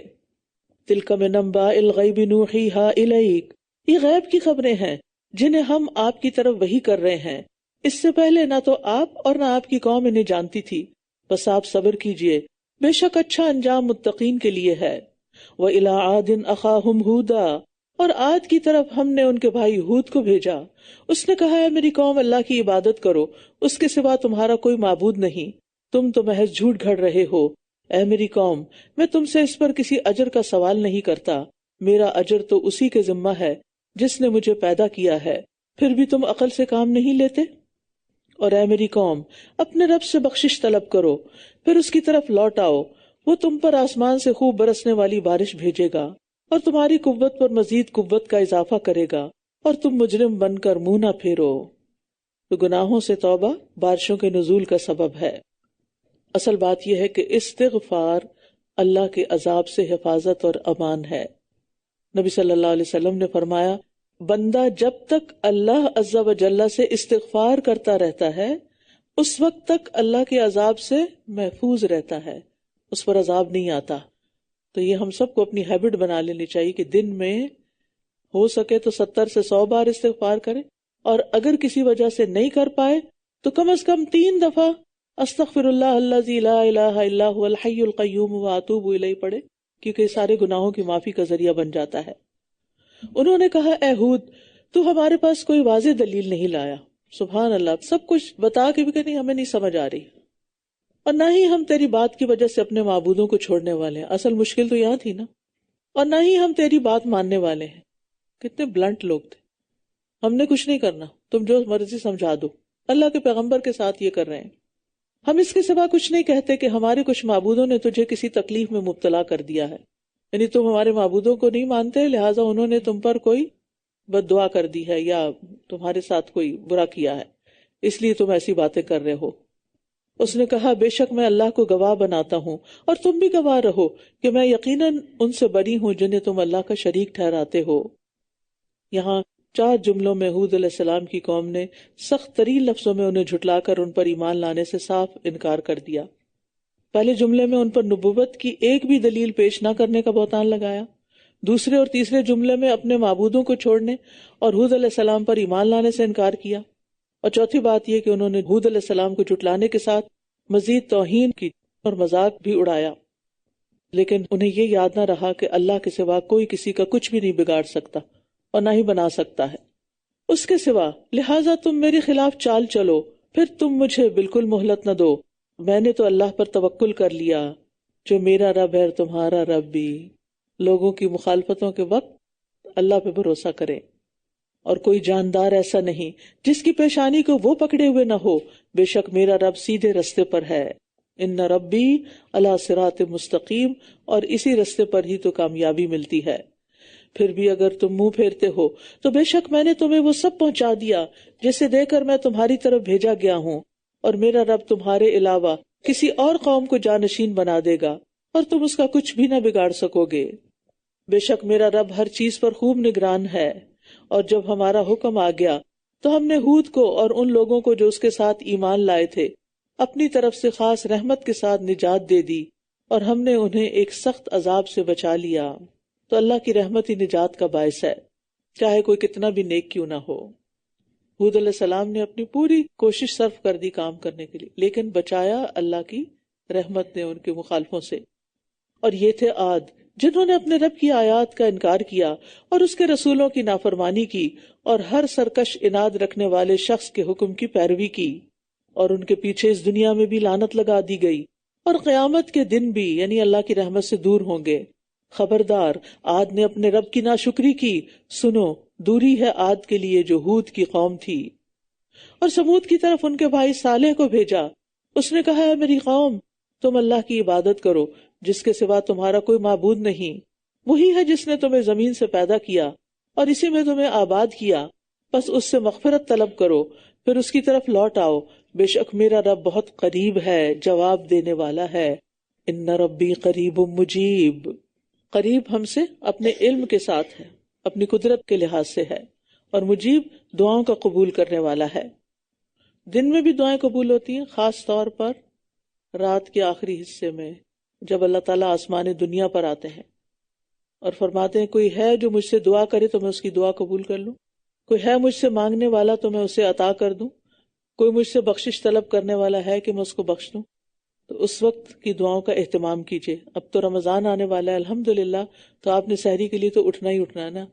اگر آپ بھرپور سحری نہیں بھی کر سکتے تو آپ کم از کم پانی کا ایک گلاس ساتھ رکھ لیں، کھجور رکھ لیں، سحری کے بغیر نہ روزہ رکھیں، اور اس کے ساتھ دعا کرنا مت بھولیں۔ جو بھی آپ کی پسندیدہ دعائیں ہیں جو روز یہاں یاد کرتے ہیں اس کو دہرا لیں۔ وہ کہنے لگے اے صالح، اس سے پہلے تو تم ہمارے درمیان ایسے نوجوان تھے جس سے بہت سی امیدیں وابستہ تھیں، کیا تم ہمیں ان بتوں سے روکتے ہو جن کی عبادت ہمارے آباء و اجداد کرتے رہے، اور ہم تو اس دین کے بارے میں جس کی طرف تم ہمیں بلاتے ہو بے چین کر دینے والے شک میں مبتلا ہیں۔ اس نے کہا اے میری قوم، کیا تم نے غور کیا اگر میں اپنے رب کی طرف سے ایک واضح دلیل پر ہوا اور اس نے مجھے اپنی طرف سے رحمت عطا کی ہو، تو اگر میں نے اس کی نافرمانی کی تو کون اللہ کے مقابلے میں میری مدد کرے گا؟ پھر تم مجھے اور ہی زیادہ نقصان میں ڈال دو گے۔ اور اے میری قوم، یہ اللہ کی اونٹنی تمہارے لیے ایک نشانی ہے، بس اسے چھوڑ دو کہ یہ اللہ کی زمین میں چرتی پھرے، اور تم اسے برے ارادہ سے ہاتھ مت لگانا ورنہ تمہیں فوری عذاب پکڑ لے گا۔ پھر بھی انہوں نے اس کی کونچیں کاٹ ڈالیں۔ تو اس نے کہا اب تم اپنے گھروں میں 3 دن تک فائدہ اٹھا لو، یہ ایسا وعدہ ہے جو جھوٹا ہونے والا نہیں۔ آپ دیکھیے کہ کونچے ایک شخص نے کاٹی تھی، ساری قوم کو کہا جا رہا ہے کہ انہوں نے یہ کام کیا، اقروہا جمع کا صیغہ استعمال کیا گیا۔ کیوں؟ اس عمل کو سب کی طرف کیوں منسوب کیا گیا؟ کیونکہ باقی سارے اس کے ساتھ تھے، اس کی ہاں میں ہاں ملا رہے تھے، اس کے ساتھ اپنا کانسنٹ دے رہے تھے کہ کرو کرو۔ تو اگر آپ کسی برے انسان کا ساتھ دیتے ہیں تو پھر یاد رکھیے کہ جو وہ برائی کرے گا اس میں آپ بھی حصے دار ہو جائیں گے۔ تو برائی کی شے بھی نہیں دینی چاہیے، اور جو کر رہا ہو اس کی مدد بھی نہیں کرنی چاہیے۔ پھر جب ہمارا حکم آ گیا تو ہم نے صالح کو اور ان لوگوں کو جو اس کے ساتھ ایمان لائے تھے اپنی رحمت سے نجات دے دی، اور اس دن کی رسوائی سے بھی۔ بے شک آپ کا رب وہ بہت قوت والا، بہت زبردست ہے۔ اور جن لوگوں نے ظلم کیا تھا انہیں ایک چنگھاڑ نے پکڑ لیا تو وہ اپنے گھروں میں اوندھے منہ پڑے رہ گئے، ایسے کہ گویا وہ کبھی ان میں بسے ہی نہ تھے۔ سنو، بے شک سمود نے اپنے رب کی ناشکری کی، سنو دوری ہے سمود کے لیے۔ وَلَقَدْ جَاءَتْ رُسُلُنَا إِبْرَاهِيمَ بِالْبُشْرَى، اور بلا شبہ ہمارے بھیجے ہوئے فرشتے ابراہیم کے پاس خوشخبری لے کر آئے۔ قالوا سلاما، کہنے لگے سلام ہو۔ قال سلام، اس نے بھی کہا سلام۔ فما لبث ان جاء بعجل حنیذ، پس وہ تھوڑی ہی دیر میں ایک بھنا ہوا بچڑا لے آیا۔ رسولنا سے مراد اللہ کے فرشتے ہیں جو انسانی شکل میں ابراہیم علیہ السلام کے پاس بیٹے اور پوتے اسحاق اور یعقوب کی خوشخبری لے کر آئے تھے۔ ان کی تعداد بعض نے 3 بتائی کہ جبرائیل، میکائیل اور اسرافیل تھے، بعض نے 9، بعض نے اس سے زیادہ، لیکن قرآن و سنت سے ہمیں صحیح تعداد نہیں پتہ چلتی، لیکن یہ پتہ چلتا ہے کہ وہ ایک فرشتہ نہیں تھا، زیادہ تھے۔ تو اس سے پتہ چلتا ہے کہ فرشتے انسانی شکل اختیار کر سکتے ہیں، یہ قرآن سے ثابت ہو رہا ہے، انسانی شکل میں آ سکتے ہیں۔ پھر اسی طرح جنات بھی انسانی شکل اختیار کر سکتے ہیں۔ دوسری بات یہ کہ علم الغیب صرف اللہ کی ذات کے ساتھ خاص ہے۔ ابراہیم علیہ السلام اولو العزم پیغمبر ہو کر بھی ان مہمانوں کو پہچان نہیں سکے۔ اس سے کیا پتہ چلتا ہے کہ ان کے پاس غیب کا علم نہیں تھا، ورنہ وہ کھانے کا اہتمام ہی نہ کرتے، کیونکہ فرشتے تو کھاتے پیتے ہی نہیں ہیں۔ اور جب پیغمبر علم الغیب نہیں جانتے تو باقی لوگ کیسے جان سکتے ہیں؟ تیسری بات، مہمان نوازی انبیاء علیہ السلام کی صفت ہے، خصوصاً ابراہیم علیہ السلام تنہا کھانا نہیں کھاتے تھے۔ حضرت خدیجہ نے نبی صلی اللہ علیہ وسلم کا بھی پہلی وحی کے موقع پر جو آپ کے اوصاف کا اقرار کیا تھا اور آپ کی جو خوبیاں بیان کی تھی اور آپ کی جو تعریف بیان کی تھی آپ کو حوصلہ دلانے کے لیے، تو اس میں ایک بات یہ بھی تھی وَتَقْرِ الضَّيْفِ، کہ آپ مہمان نوازی کرتے ہیں۔ تو مہمان نوازی جو ہے وہ ایمان کا حصہ ہے۔ نبی صلی اللہ علیہ وسلم نے فرمایا جو شخص اللہ اور آخرت کے دن پر ایمان رکھتا ہے اسے چاہیے کہ اپنے مہمان کی عزت کرے۔ خوب خاطر مدارت کی مدت 1 دن رات ہے اور مہمانی 3 دن کی ہوتی ہے، اس کے بعد جو کیا جائے وہ صدقہ ہے، یعنی آپ کو بس ثواب ملتا رہے گا، لیکن مہمانی کا کام جو ہے وہ پہلے 3 دن تک ہوتا ہے۔ صحابہ بھی بہت مہمان نواز تھے۔ نافع بیان کرتے ہیں کہ عبداللہ بن عمر اس وقت تک کھانا نہیں کھاتے تھے جب تک کوئی مسکین ان کے ساتھ کھانے کے لیے نہ لایا جاتا۔ نافع ان کے غلام تھے نا، پھر بعد میں آزاد بھی کر دیا تھا ان کو۔ اسی طرح چوتھی بات یہ پتہ چلتی کہ مہمان نوازی میں دیر نہیں کرنی چاہیے۔ وہ آئے، سلام دعا ہوئی، بٹھایا ان کو اور فوراً جا کے کھانے کا انتظام کرنے لگے۔ اور یہ کہ ان سے پوچھ گچھ بھی نہیں کرنی چاہیے کیا کھائیں گے کیا نہیں کھائیں گے، بس جو آپ کے پاس حاضر ہے، جو آپ افورڈ کر سکتے ہیں وہ آپ پیش کر دیں۔ مہمان کھانا چاہتا ہے کھا لے، نہیں کھانا چاہتا کوئی بات نہیں، مائنڈ بھی نہ کریں۔ اسی طرح یہ ہے کہ بہت تکلف نہ کریں، کیونکہ جو لوگ تکلف کرتے ہیں پھر وہ تھک جاتے ہیں، پھر وہ باتیں بھی بناتے ہیں اور پھر اس کا کچھ فائدہ نہیں۔ 5ویں چیز یہ ہے کہ دنیاوی لحاظ سے ابراہیم علیہ السلام پر اللہ کا فضل تھا۔ آپ میں سے کوئی ایک بھی بتائے کہ اگر اس کے گھر میں کوئی مہمان آئے تو پورا بچڑا بھون کے لے آئے گا؟ ہم لوگ تو نہیں افورڈ کر سکتے، لیکن ابراہیم علیہ السلام کے پاس اتنا مال اللہ کا دیا ہوا تھا، اگر جو انہوں نے ہجرت کی، گھر بار وطن سب کچھ چھوڑا کہ چند مہمانوں کے لیے اتنی بڑی مہمانی انہوں نے پیش کی۔ اب یہاں ایک سوال پیدا ہوتا ہے کہ کیا بچڑا ویل جو ہے یہ کھایا جا سکتا ہے؟ کچھ لوگوں نے کہا گائے کے گوشت میں بیماری ہوتی ہے، بیف نہیں کھانا چاہیے، یہ مت ہے۔ لیکن آپ دیکھیے کہ یہ باتیں کسی خاص کلچر سے آئی ہیں جو گائے کی بہت پوجا پرستش کرتے ہیں۔ گائے کے گوشت میں کچھ بھی نہیں، گائے کا دودھ بھی بہت پسندیدہ چیز ہے اور اس کا مکھن بھی اور اس کے بائی پروڈکٹس جو بھی ہیں۔ بعض حدیثوں میں اس طرح کی بات ملتی ہے گائے کے گوشت کو بیماری کہا گیا، لیکن وہ شاذ ہیں۔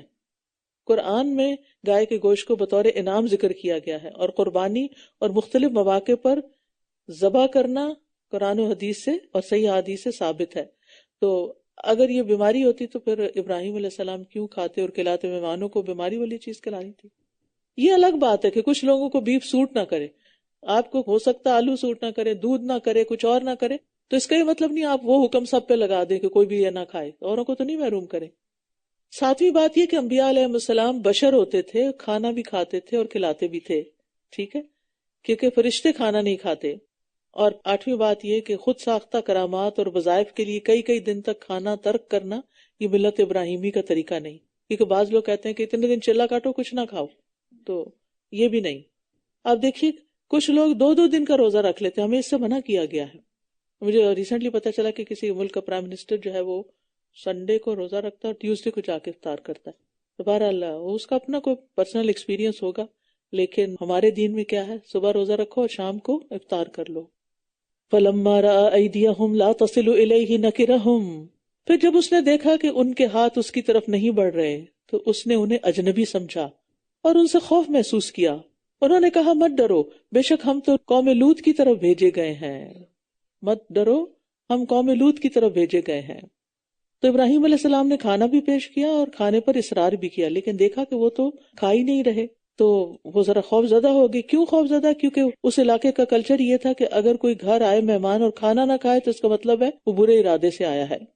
تو اس پر ابراہیم علیہ السلام نے صاف کہہ دیا انا منکم وجلون، ہمیں تو بھئی آپ سے ڈر لگ رہا ہے، آپ کھانا نہیں کھا رہے۔ تو پھر انہوں نے بتا دیا کہ ہم تو کھانا نہیں کھاتے، ہم تو فرشتے ہیں۔ اور ساتھ ہی کہا قالوا لا تخف انا ارسلنا الی قوم لوط، ہم تمہیں کچھ نہیں کہیں گے، ہم تو قوم لوط کی طرف بھیجے گئے ہیں۔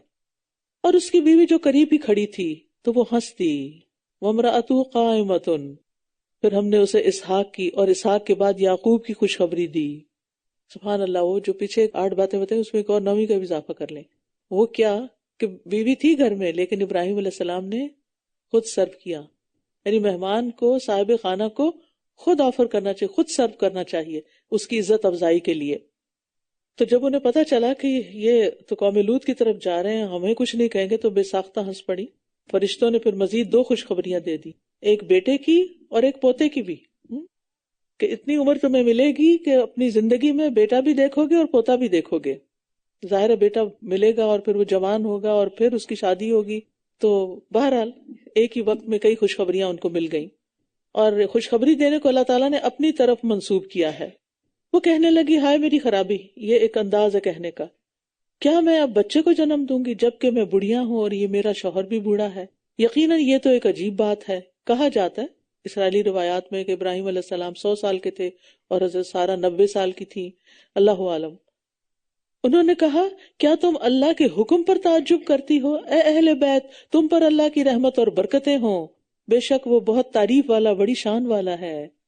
تم تعجب نہ کرو، اللہ جب کسی کام کو کرنے کا ارادہ کرتا ہے بس کن کہتا ہے اور وہ کام ہو جاتا ہے۔ اور اس گھرانے پر تو شروع سے ہی اللہ کی رحمتیں تھیں، تو تعجب کس بات کا؟ یعنی آگ گلو گلزار ہو گئی، اسماعیل علیہ السلام ذبح سے محفوظ ہو گئے، اور مصر کے جابر بادشاہ سے حضرت سارہ کی عصمت محفوظ ہوئی، اور بھی بہت سی اللہ نے رحمتیں فرمائی تھی اس گھرانے پر، تو اس لیے پریشانی کی ضرورت نہیں۔ یعنی کتنا خوبصورت انداز ہے نا کہ پریشانی کے وقت بندے کو اس کی نعمتیں یاد دلائی جائیں۔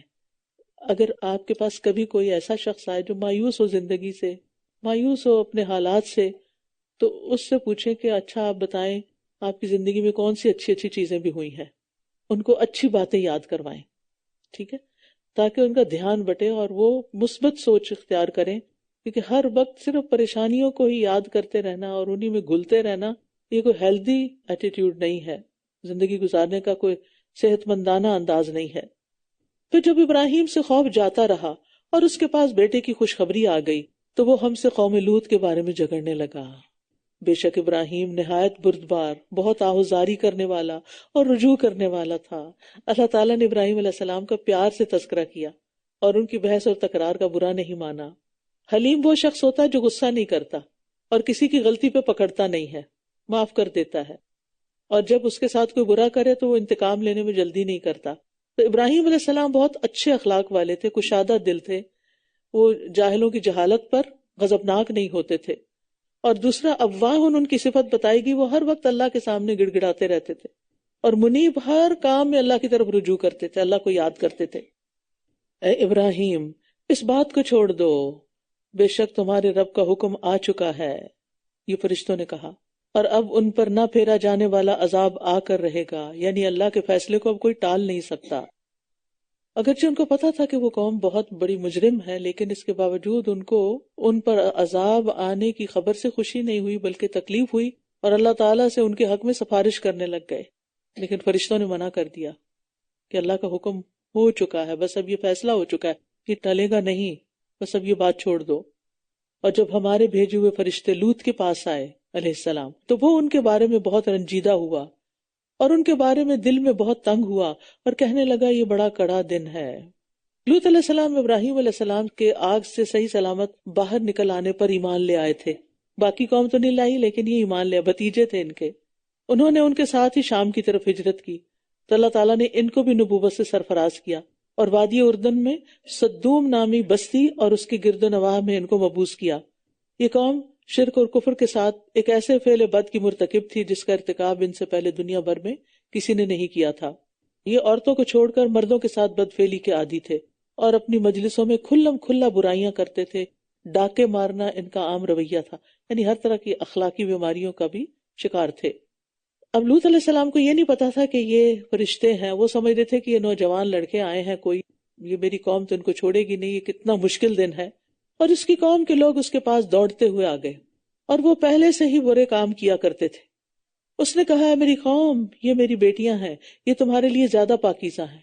اپنی تو ان کی 2 ہی بیٹیاں تھیں، ان سب لوگوں کے لیے تو وہ کافی نہیں تھی کہ ان کے ساتھ شادی کرتے، لیکن مطلب ان کا یہ تھا کہ تم ان لڑکوں کو چھوڑو، جاؤ جو حلال طریقے سے اللہ نے اپنی خواہش پوری کرنے کا انتظام کیا ہے کہ ایک کو مرد بنایا، ایک کو عورت بنایا، تو تم ان سے جا کے شادی کرو، بس اللہ سے ڈرو اور میرے مہمانوں کے معاملے میں مجھے رسوا نہ کرو۔ ابراہیم علیہ السلام بھی مہمان نواز، لوط علیہ السلام بھی مہمانوں کی فکر کریں، اس لیے دل تنگ ہو رہا ہے کہ ان کے ساتھ کوئی زیادتی نہ ہو جائے۔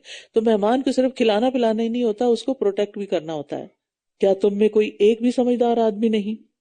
انہوں نے کہا تم اچھی طرح جانتے ہو کہ تمہاری بیٹیوں پر ہمارا کوئی حق نہیں، اور تم خوب جانتے ہو جو کچھ ہم چاہتے ہیں۔ رسول اللہ صلی اللہ علیہ وسلم نے فرمایا مجھے اپنی امت میں سب سے زیادہ اندیشہ جس چیز کا ہے وہ قوم لوط کا عمل ہے، کہ میرے امتی بھی یہ کام شروع کر دیں گے۔ اس نے کہا کاش میرے پاس تمہارے مقابلے کی کوئی قوت ہوتی یا میں کسی مضبوط سہارے کی طرف پناہ لے سکتا۔ لوط علیہ السلام اس قوم میں اجنبی تھے، باقی پیغمبر اپنی ہی قوم سے اٹھائے گئے، ان کا کنبہ قبیلہ ان کی حفاظت کرتا تھا، لیکن لوط علیہ السلام کو بچانے والا اس قوم میں سے کوئی بھی نہیں تھا۔ ان کی صرف 2 بیٹیاں تھیں اور عورتیں اتنے سارے مردوں کا مقابلہ کہاں سے کرتی۔ تو اس وقت انہیں خواہش ہوئی، انہوں نے اس تمنا کا اظہار کیا کاش اس قوم کے مقابلے میں میری کوئی قوت ہوتی، یا میں کسی مضبوط سہارے کی پناہ لیتا، یا میرا خاندان یہاں ہوتا تو میں تم سے نبٹ لیتا۔ رسول اللہ صلی اللہ علیہ وسلم نے فرمایا اللہ تعالیٰ لوط پر رحم کرے، یقیناً وہ بہت مضبوط سہارے کی پناہ رکھتے تھے، یعنی اللہ کا سہارا جو سب سے مضبوط ہے، اور اس وقت ان کے پاس فرشتوں کی شکل میں بھی مضبوط سہارا تھا، اگرچہ انہیں پتہ نہیں تھا، ورنہ تو وہ بے فکر ہو جاتے۔ انہوں نے کہا اے لوط بے شک ہم تمہارے رب کے بھیجے ہوئے فرشتے ہیں، یہ لوگ ہرگز تم تک نہیں پہنچ سکیں گے، لہٰذا تم رات کے ایک حصے میں اپنے گھر والوں کو نکال لے جاؤ، اور تم میں سے کوئی پیچھے پلٹ کر نہ دیکھے سوائے تمہاری بیوی کے، بے شک اسے وہی عذاب پہنچنے والا ہے جو انہیں پہنچے گا، بے شک ان کے وعدے کا وقت صبح ہے، کیا صبح بالکل قریب نہیں؟ یعنی قوم کے لوگ جو انہیں پتا چلا کہ کچھ نوجوان آئے اور وہ برے ارادے سے لوط علیہ السلام کے گھر آ گئے، تو جب انہوں نے دروازہ نہیں کھولا تو دیواریں پھلانگ کے یا دروازہ توڑ کے آئے، تو اس پر پھر فرشتے نے پر مارا جس سے سب کے سب اندھے ہو کر بھاگ گئے۔ پھر جب ہمارا حکم آ گیا ہم نے اس بستی کے اوپر والے حصے کو اس کا نچلا کر دیا، اور ہم نے ان پر کھنگر کے تہ بر تہ پتھر برسائے جو آپ کے رب کی طرف سے نشان زدہ تھے۔ ہر پتھر اپوائنٹڈ تھا کہ کس کو جا کے لگنا ہے، اور ایک ہی پتھر لگنے کی دیر ہوتی تھی کہ سب کے سب ختم ہو گئے۔ اور وہ بستی ان ظالموں سے کچھ دور نہیں، یعنی اہل مکہ سے، یہ وہاں سے گزرتے ہیں، ان کو پتا ہے کہ اللہ کی نافرمانی کرنے والوں کا انجام کیا ہوا۔ وَإِلَىٰ مَدْيَنَ أَخَاهُمْ شُعَيْبًا، اور مدین کی طرف ان کے بھائی شعیب کو بھیجا، اس نے کہا اے میری قوم اللہ کی عبادت کرو، اس کے سوا تمہارا کوئی معبود نہیں، اور تم ناپ اور تول میں کمی نہ کیا کرو، بے شک میں تمہیں اچھے حال میں دیکھتا ہوں، اور میں تمہارے بارے میں گھیر لینے والے دن کے عذاب سے ڈرتا ہوں۔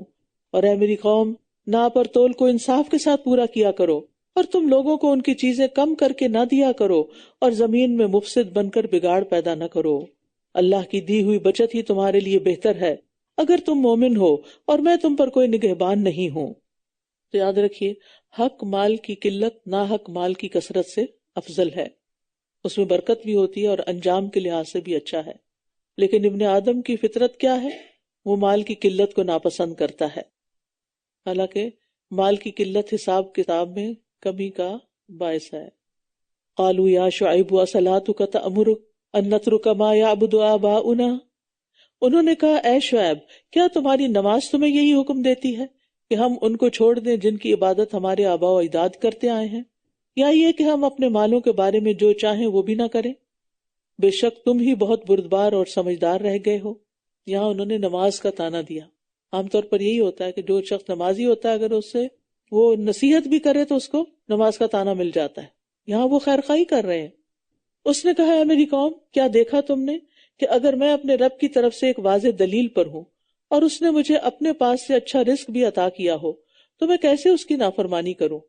اور میں نہیں چاہتا کہ جس چیز سے میں تمہیں روکتا ہوں میں خود اس کے خلاف کروں۔ میں تو اپنی استطاعت کے مطابق اصلاح ہی کرنا چاہتا ہوں، اور میری توفیق تو اللہ ہی کی مدد سے ہے، اسی پر میں نے توکل کیا اور اسی کی طرف میں رجوع کرتا ہوں۔ تو یہاں پر شعیب علیہ السلام نے کہا کہ میں بینہ کے ساتھ ہوں۔ بینہ اس دلیل کو کہتے ہیں جس سے حق اور باطل الگ الگ ہو جائے، واضح ہو جائے۔ اور پھر وَرَزَقَنِي مِنْهُ رِزْقًا حَسَنًا، دو چیزوں کا ذکر ہے کہ یہ دو نعمتیں مجھے ملی ہیں، ایک بینہ دلائل اور دوسرے رزق حسن۔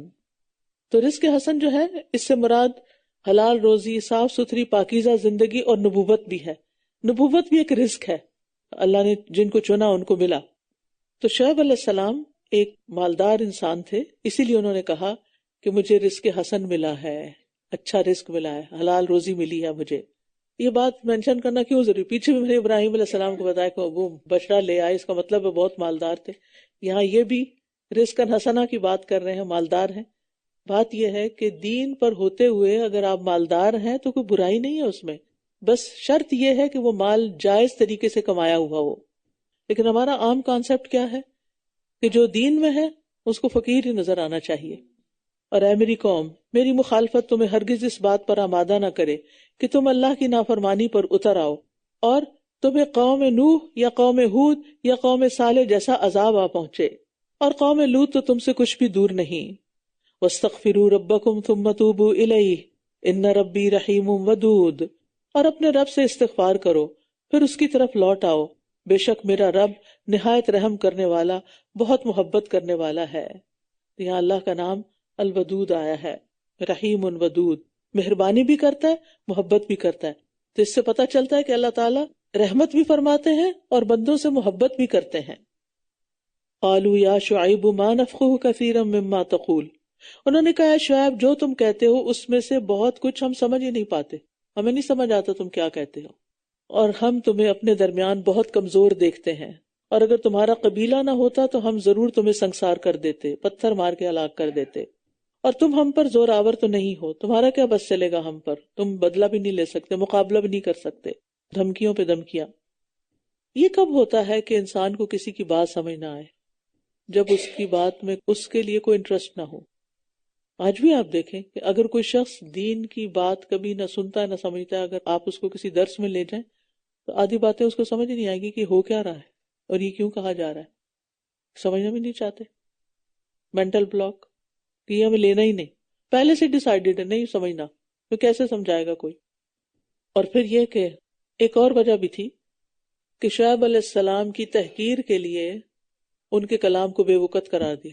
اچھا آج بھی یہی ہوتا ہے کہ جب لوگوں کو دین سے روکنا ہوتا ہے تو کیا سمجھ آتی تمہیں، ہمیں تو کچھ سمجھ نہیں آتی کہ کیا کہتا ہے فلاں، یعنی اس کی بات میں کوئی وزن نہیں ہے کہ اس کے اوپر سر کھپایا جائے، چھوڑو جو بھی کہتا رہے، ہمارے لیے کوئی اہمیت نہیں رکھتا، یہ مقصد تھا ان کا۔ اور دوسرا یہ کہ اللہ کی نافرمانی کی وجہ سے ان کے عقل مسخ ہو چکی تھی، کہ شعیب علیہ السلام کی سیدھی سیدھی باتیں بھی ان کو سمجھ نہیں آتی تھی، وہ تو فصیح اللسان تھے، شعیب علیہ السلام کی ایک خاص خوبی بتائی جاتی ہے کہ وہ بہت بلیغ گفتگو کرتے تھے، بہت زبردست کمیونیکیٹر تھے. اب ہوتا یہی ہے کہ جب کوئی کسی کی بات کا جواب نہیں دے سکتا، دلیل میں لاجواب ہو جاتا ہے، تو پھر بد زبانی، گالی گلوچ، دھمکیوں، تحقیر پہ اتر آتا ہے انسان. یہی کچھ ان کی قوم کر رہی تھی. اس نے کہا، اے میری قوم، کیا میرا قبیلہ تم پر اللہ سے بڑھ کر زور والا ہے اور اسے تم نے پس پشت ڈال رکھا ہے؟ قبیلے کو تم بڑا سمجھتے ہو اور اللہ کی بات نہیں سنتے. بے شک میرا رب جو تم کر رہے ہو اسے خوب گھیرے ہوئے ہے. اور اے میری قوم، تم اپنی جگہ پر عمل کیے جاؤ، میں بھی عمل کر رہا ہوں. ان قریب تم جان لوگے کہ کون ہے جس پر ایسا عذاب آئے گا جو اسے رسوا کر دے گا، اور کون ہے جو جھوٹا ہے. اور تم بھی انتظار کرو، میں بھی تمہارے ساتھ انتظار کر رہا ہوں. اور جب ہمارا حکم آ گیا تو ہم نے شعیب کو اور ان لوگوں کو جو اس کے ساتھ ایمان لائے تھے اپنی خاص رحمت سے نجات دی، اور جن لوگوں نے ظلم کیا تھا انہیں ایک چنگھاڑ نے پکڑ لیا، بس وہ اپنے گھروں میں اوندھے منہ پڑے رہ گئے. تو قوم شعیب پر عذاب آ گیا. اس عذاب کی تفصیلات مختلف جگہ پر مختلف طرح آتی ہیں. کہیں رجفہ یعنی زلزلے کا ذکر ہے، کہیں صیحہ چیخ کا ذکر ہے، کہیں عذاب یوم ذلہ صائبان کے دن والا عذاب. تو پہلے چیخ بلند ہوئی اور پھر وہ حد سے گزری تو شدید زلزلہ آ گیا، اس نے پہاڑوں تک کو ہلا دیا. کہتے ہیں کہ آج تک وہ پہاڑ جو ہیں ان کے اندر بڑی بڑی دراڑیں ہیں جو سینکڑوں میلوں پہ پھیلے ہوئے ہیں پہاڑ، کہ اس زلزلے کی نشاندہی کرتے ہیں جو اس قوم پر آیا تھا. اور پھر یہ کہ زلزلے نے ساری کسر پوری کر دی اور کفار کا نام و نشان تک مٹ گیا، لگتا تھا کوئی یہاں کبھی رہا ہی نہیں. تو آج بھی مدین کے پہاڑوں میں اس زلزلے کے اثرات موجود ہیں. کَأَلَّمْ يَغْنَوْا فِيهَا، گویا کہ وہ ان میں کبھی بسے ہی نہ تھے. سنو، دوری ہے مدین والوں کے لیے جیسا کہ دور ہوئے سمود، اور یقیناً ہم نے موسیٰ کو اپنی آیات اور واضح دلیل کے ساتھ بھیجا فرعون اور اس کے سرداروں کی طرف. اب یہ سوال پیدا ہوتا ہے کس سے کیوں سنائے جا رہے ہیں؟ نبی صلی اللہ علیہ وسلم کو تسلی دینے کے لیے اور ایمان والوں کی ہمت بتانے کے لیے کہ ایمان لا کر انسان خطرات سے بچ جاتا ہے، نقصان سے بچ جاتا ہے. اور یقیناً ہم نے موسیٰ کو اپنی آیات اور واضح دلیل کے ساتھ بھیجا فرعون اور اس کے سرداروں کی طرف، تو انہوں نے فرعون ہی کے حکم کی پیروی کی، حالانکہ فرعون کا حکم ہرگز درست نہ تھا. پھر بھی انہوں نے عقل سے کام نہیں لیا اور اسی کے پیچھے لگے رہے. قیامت کے دن وہ اپنی قوم کے آگے آگے ہوگا، پھر انہیں آگ پر لے آئے گا، اور وہ نہایت برا گھاٹ ہے جس پر کوئی وارد ہو. ان کے پیچھے اس دنیا میں لعنت لگا دی گئی، اور قیامت کے دن بھی کتنا برا عطیہ ہے جو کسی کو دیا جائے، یعنی لعنت کتنا برا تحفہ ہے جو کسی کو ملے. یہ ان بستیوں کی کچھ خبریں ہیں جنہیں ہم آپ پر بیان کر رہے ہیں. ان میں سے کچھ تو قائم ہیں اور کچھ کٹ چکی ہیں، اور ہم نے ان پر ظلم نہیں کیا، لیکن انہوں نے خود اپنی جانوں پر ظلم کیا. جب آپ کے رب کا حکم آ گیا تو انہیں ان کے وہ معبود کچھ بھی کام نہ آئے جنہیں وہ اللہ کو چھوڑ کر پکارتے تھے، اور انہوں نے انہیں ہلاکت کے سوا کسی چیز میں زیادہ نہ کیا. تو اس سے جو بات پتہ چلتی ہے کہ اگر جھوٹے اور فاجر انسان کو دولت دے دی جائے تو وہ ایک دن سب ختم ہو جاتی ہے، اور دنیا میں اس کو اپنے کیے کا انجام بھی نظر آ جاتا ہے. یعنی مطلب یہ کہ کافر و فاجر انسان جلد مغلوب ہو جاتا ہے. وَكَذَلِكَ أَخْذُ رَبِّكَ إِذَا أَخَذَ الْقُرَىٰ وَهِيَ ظَالِمَةٌ إِنَّ أَخْذَهُ أَلِيمٌ شَدِيدٌ. اور آپ کے رب کی پکڑ اسی طرح ہوتی ہے جب وہ بستیوں کو اس حال میں پکڑتا ہے کہ وہ ظلم کر رہی ہوتی ہیں. بے شک اس کی پکڑ بڑی دردناک، بہت سخت ہے. یقیناً اس میں ایک نشانی ہے اس شخص کے لیے جو آخرت کے عذاب سے ڈرتا ہو. یہ وہ دن ہے جس میں سب لوگ جمع کیے جائیں گے، اور یہ حاضری کا دن ہے. تو نشانی سے سبق کون لیتا ہے، عبرت کون حاصل کرتا ہے؟ جو آخرت کے عذاب سے ڈرے، اس کی آنکھیں کھل جاتی ہیں، اس کی عقل کام کرنے لگتی، اس کو باتیں سمجھ آنے لگتی ہیں. خوف جو ہے نا وہ انسان کی ساری فیکلٹیز کو شارپ کر دیتا ہے. آپ دیکھیں کہ مثلاً آپ کو کوئی آواز آتی اور آپ کو اس سے ڈر لگتا تو آپ کیا کرتے ہیں؟ ایسا لگتا ہے کان اور کھول لیے ہم نے. کوئی چیز نظر آتی ہے تو اور آنکھیں کھول لیتے ہیں. تو یہ انسان کی فطرت ہے. وَمَا نُؤَخِّرُهُ إِلَّا لِأَجَلٍ مَّعْدُودٍ، اور ہم اسے ایک مقررہ مدت کے لیے مؤخر کر رہے ہیں. جس دن وہ وقت آ جائے گا کوئی شخص اس کے اذن کے بغیر کلام نہ کر سکے گا. تو ان میں سے کوئی بدبخت ہوگا اور کوئی نیک بخت. تو رہے وہ لوگ جو بدبخت ہوئے تو وہ آگ میں ہوں گے، ان کے لیے اس میں بس چیخ و پکار اور دھاڑنا ہی ہوگا. یعنی جہنم میں چنگھاڑنے اور چیخنے چلانے کی آوازیں ہوں گی. کہا جاتا ہے کہ جہنمیوں کی آوازیں گدھے کی آوازوں کے مشابہ ہوں گی. انتہائی شدت کی آوازیں ہوں گی، اور لوگ اتنا روئیں گے کہ اگر ان کے آنسوؤں میں کشتی چلا دی جائے تو چل پڑے، اور وہ پانی کی جگہ خون کے آنسو روئیں گے۔ اللہ تعالیٰ ہم سب کو جہنم سے بچا، جہنم کی بھاپ سے بھی بچا لے، اور ہر وہ کام چھوڑنے کی توفیق دے دے کہ جو اس طرف لے جانے والا ہے۔ وہ اس میں ہمیشہ رہنے والے ہیں جب تک آسمان اور زمین قائم ہے، مگر جو آپ کا رب چاہے، بے شک آپ کا رب جو چاہتا ہے کر گزرتا ہے۔ تو اس بات سے بعض لوگوں نے سمجھا کہ شاید جہنم کا عذاب دائمی نہیں ہے، یعنی کافروں کے لیے جہنم میں سے ایک دن نکلنا ہوگا، تو ایسا نہیں ہے۔ بات یہ ہے کہ جب تک دنیا قائم ہے تو یہ آسمان ہے، اور جب دنیا ختم ہو جائے گی تو یہ آسمان اور زمین بدل دیے جائیں گے، کسی اور آسمان اور زمین سے ختم نہیں ہوں گے۔ اور رہے وہ لوگ جو نیک بخت ہوئے تو وہ جنت میں ہوں گے جس میں وہ ہمیشہ رہنے والے ہیں جب تک آسمان اور زمین قائم ہیں، مگر جو آپ کا رب چاہے۔ یہ ختم نہ ہونے والی بخشش ہے، یعنی جنت میں ہمیشہ کی زندگی ہے، کبھی ختم نہیں ہوگی۔ بس آپ اس بارے میں کسی شک میں نہ ہوں جس کی یہ لوگ عبادت کرتے ہیں، یہ ویسے ہی عبادت کرتے ہیں جیسے ان سے قبل ان کے آباء و اجداد کیا کرتے تھے، اور بے شک ہم انہیں ان کی سزا کا حصہ بغیر کمی کیے پورا پورا دینے والے ہیں۔ اور بے شک ہم نے موسیٰ کو کتاب دی تو اس میں اختلاف کیا گیا، اور اگر آپ کے رب کی طرف سے ایک بات طے نہ ہو چکی ہوتی تو ان کے درمیان ضرور فیصلہ کر دیا جاتا، اور بے شک یہ لوگ اس کے بارے میں ایک بے چین کرنے والے شک میں ہیں، اور یقیناً آپ کا رب ہر ایک کو ان کے اعمال کا پورا پورا بدلہ دے گا۔ بے شک جو کچھ وہ کرتے ہیں وہ اس سے خوب باخبر ہے۔ بس آپ استقامت اختیار کیجئے جیسا کہ آپ کو حکم دیا گیا ہے، اور وہ لوگ بھی جو آپ کے ساتھ توبہ کر چکے ہیں۔ اور اے لوگو تم سرکشی نہ کرو، بے شک جو کچھ تم کرتے ہو وہ اسے خوب دیکھنے والا ہے۔ استقامت کا لفظ قائم رہنے سے ہے، سین اور تے کا اضافہ اس لیے کیا گیا ہے کہ جیسے حکم دیا گیا اسی طرح قائم رہا جائے، جیسے طلب کیا گیا ہے۔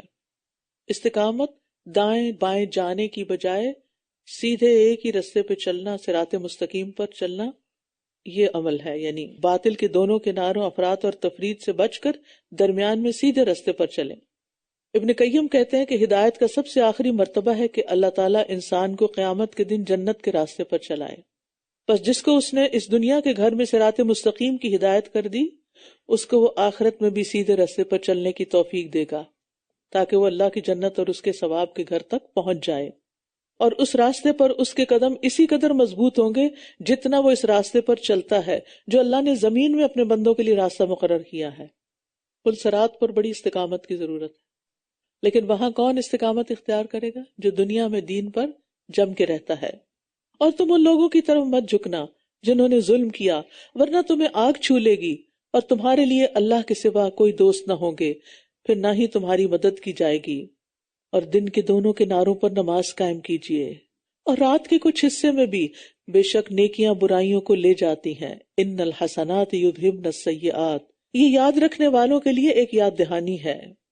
نیکیاں برائیوں کو لے جاتی ہیں، یعنی ایک مطلب تو یہی ہے کہ انسان برائی کرنے کے بعد جب کوئی نیکی کرتا ہے تو برائی مٹ جاتی ہے۔ دوسرا یہ ہے کہ جب انسان نیکی کرتا ہے تو برائیاں چھٹ جاتی ہیں نا۔ مثلا اگر آپ کے ہاتھ میں کوئی چیز پکڑی ہوئی ہے اور آپ نے ایک اور اٹھانی تو کیا کریں گے؟ پہلے ہاتھ خالی کریں گے۔ تو آپ برائیوں میں ملوث ہیں، آپ ان کو چھوڑنا چاہتے ہیں تو کیا کریں گے؟ نیکیاں شروع کر دیں گے تو برائیاں گرنا شروع ہو جائیں گی۔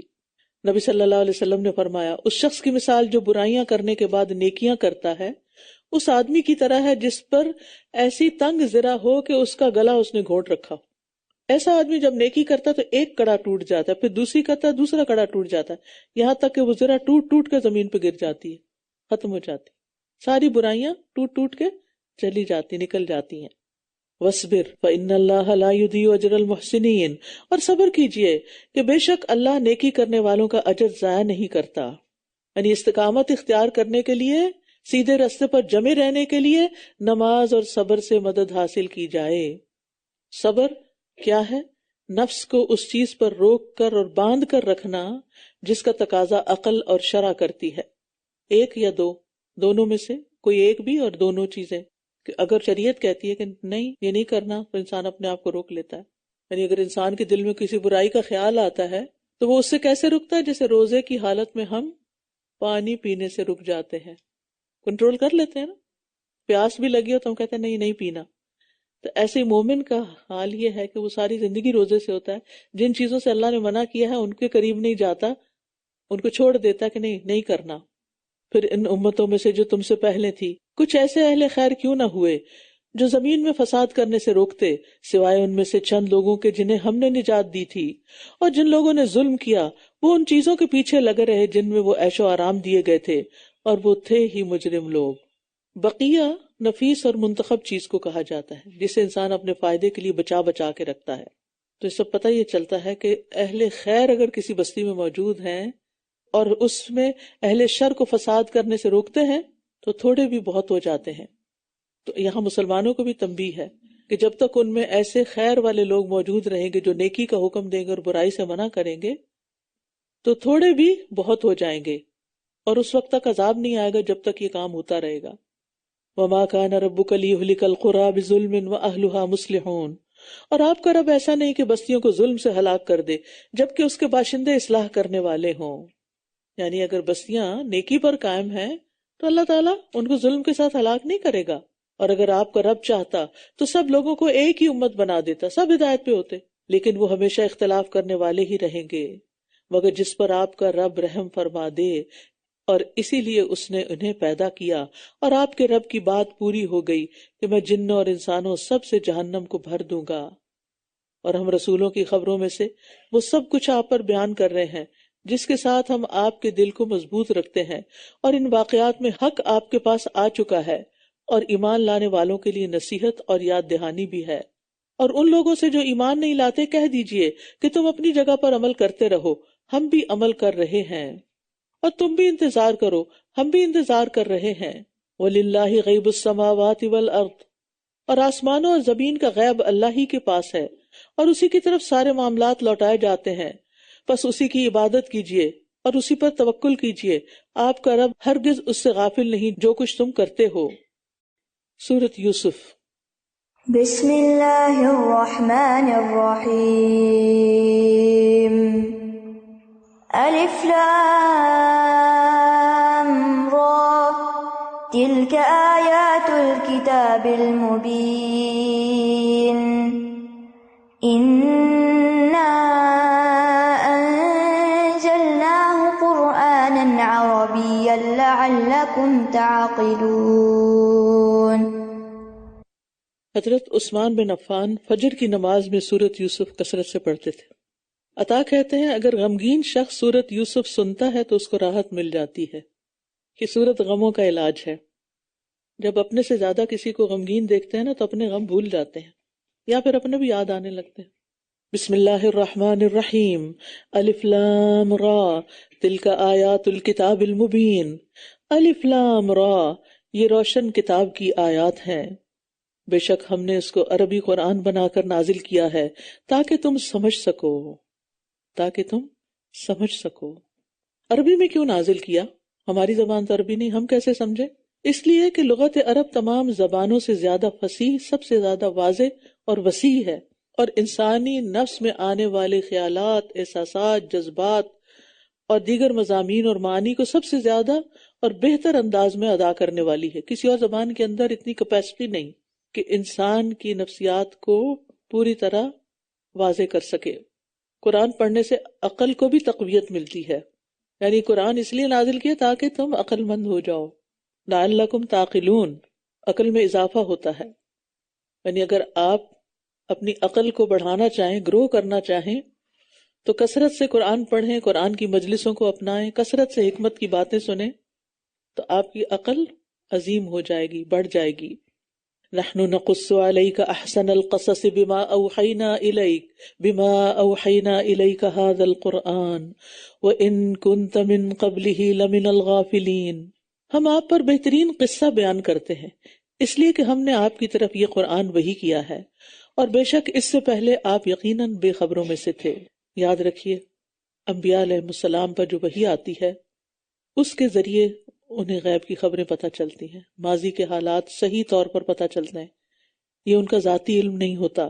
جب یوسف نے اپنے والد سے کہا اے میرے ابا جان، بے شک میں نے خواب میں 11 ستاروں اور سورج اور چاند کو دیکھا ہے، میں نے انہیں دیکھا کہ وہ مجھے سجدہ کر رہے ہیں۔ یوسف علیہ السلام کس کے بیٹے تھے؟ یعقوب علیہ السلام کے. یعقوب علیہ السلام بیٹے تھے اسحاق علیہ السلام، اور اسحاق علیہ السلام بیٹے تھے ابراہیم علیہ السلام کے. تو یہ معزز بن معزز بن معزز بن معزز ہیں، یعنی ان کی 4 جنریشن کو اللہ نے عزت بخشی، اور اس کے بعد بھی بہت سے پیغمبر آئے ان کی اولادوں میں. اس نے کہا اے میرے پیارے بیٹے. باپ اور بیٹے کا کتنا خوبصورت تعلق ہے، یا ابتی اور یا بنیا. جب بلا رہے ہیں پیار سے بلا رہے ہیں ایک دوسرے کو، اور ہونا بھی ایسے ہی چاہیے، ہے ڈیڈ نہیں. اس نے کہا اے میرے پیارے بیٹے، تم اپنا یہ خواب اپنے بھائیوں سے بیان نہ کرنا، ورنہ وہ تمہارے خلاف کوئی چال چلیں گے. بے شک شیطان انسان کا کھلا دشمن ہے. خواب 3 طرح کے ہوتے ہیں. اچھا خواب اللہ کی طرف سے خوشخبری ہوتی ہے، جیسے کہ یہ خواب تھا. ایک خواب شیطان کی طرف سے غمگین کرنے والا ہوتا ہے. ایک خواب بندے کے اپنے ہی اوہام اور خیالات ہوتے ہیں، سیلف ٹاک ہوتی ہے، دن کو بھی کرتے ہیں رات کو سو کے بھی. اچھا خواب آنے پر اللہ کا شکر ادا کرنا چاہیے اور خوش ہونا چاہیے. صرف مخلص لوگوں کو بیان کرنا چاہیے، ہر ایک کے سامنے نہیں. برا خواب آنے پر کسی کو بھی نہیں بتانا چاہیے، کیونکہ وہ ورنہ نافذ ہو جاتا ہے، اور اس کے شر سے پناہ مانگنی چاہیے. نبی صلی اللہ علیہ وسلم نے فرمایا تم میں سے جب کوئی ناپسندیدہ خواب دیکھے تو اس کے شر اور شیطان کے شر سے اللہ کی پناہ مانگے. 3 بار تھو تھو کرے لیفٹ سائڈ پہ، اور وہ کسی سے بیان نہ کرے. ایسا کرنے سے وہ اسے کوئی نقصان نہیں دے سکے گا. یہ نبی صلی اللہ علیہ وسلم کی تعلیم ہے، اس پر عمل کریں. ہر جگہ خوابوں کی کہانیاں نہیں بیان کریں. زیادہ زیادہ یہ کہ اللہ سے دعا کر کے اور تعوذ پڑھ کے اور پھر اس کے بعد صدقہ وغیرہ کر دیں. صدقہ بلاؤں کو ٹالتا ہے. اور اسی طرح تمہارا رب تمہیں منتخب کرے گا اور تمہیں باتوں کی اصل حقیقت سکھائے گا. یہ خواب کی تعبیر بیان ہو رہی ہے. اور اسی طرح تم پر اور آل یعقوب پر اپنی نعمت پوری کرے گا، جیسے اس نے اس سے پہلے تمہارے باپ دادا ابراہیم اور اسحاق پر پوری کی. بے شک تمہارا رب بہت علم والا، خوب حکمت والا ہے. اللہ جسے چاہتا ہے دین کی سمجھ دیتا ہے. من یرید اللہ بھی خیرا یفقہہ فی الدین. کتنا بڑا انعام ہے، جتنا بھی شکر کریں کم ہے. در حقیقت یوسف اور اس کے بھائیوں کے قصے میں سوال کرنے والوں کے لیے بہت سی نشانیاں تھیں.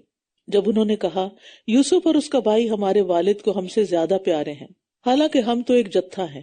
کیونکہ یوسف علیہ السلام دوسری ماں سے تھے، یوسف اور بنیامین، اور باقی 10 بھائی جو تھے وہ دوسری ماں سے تھے.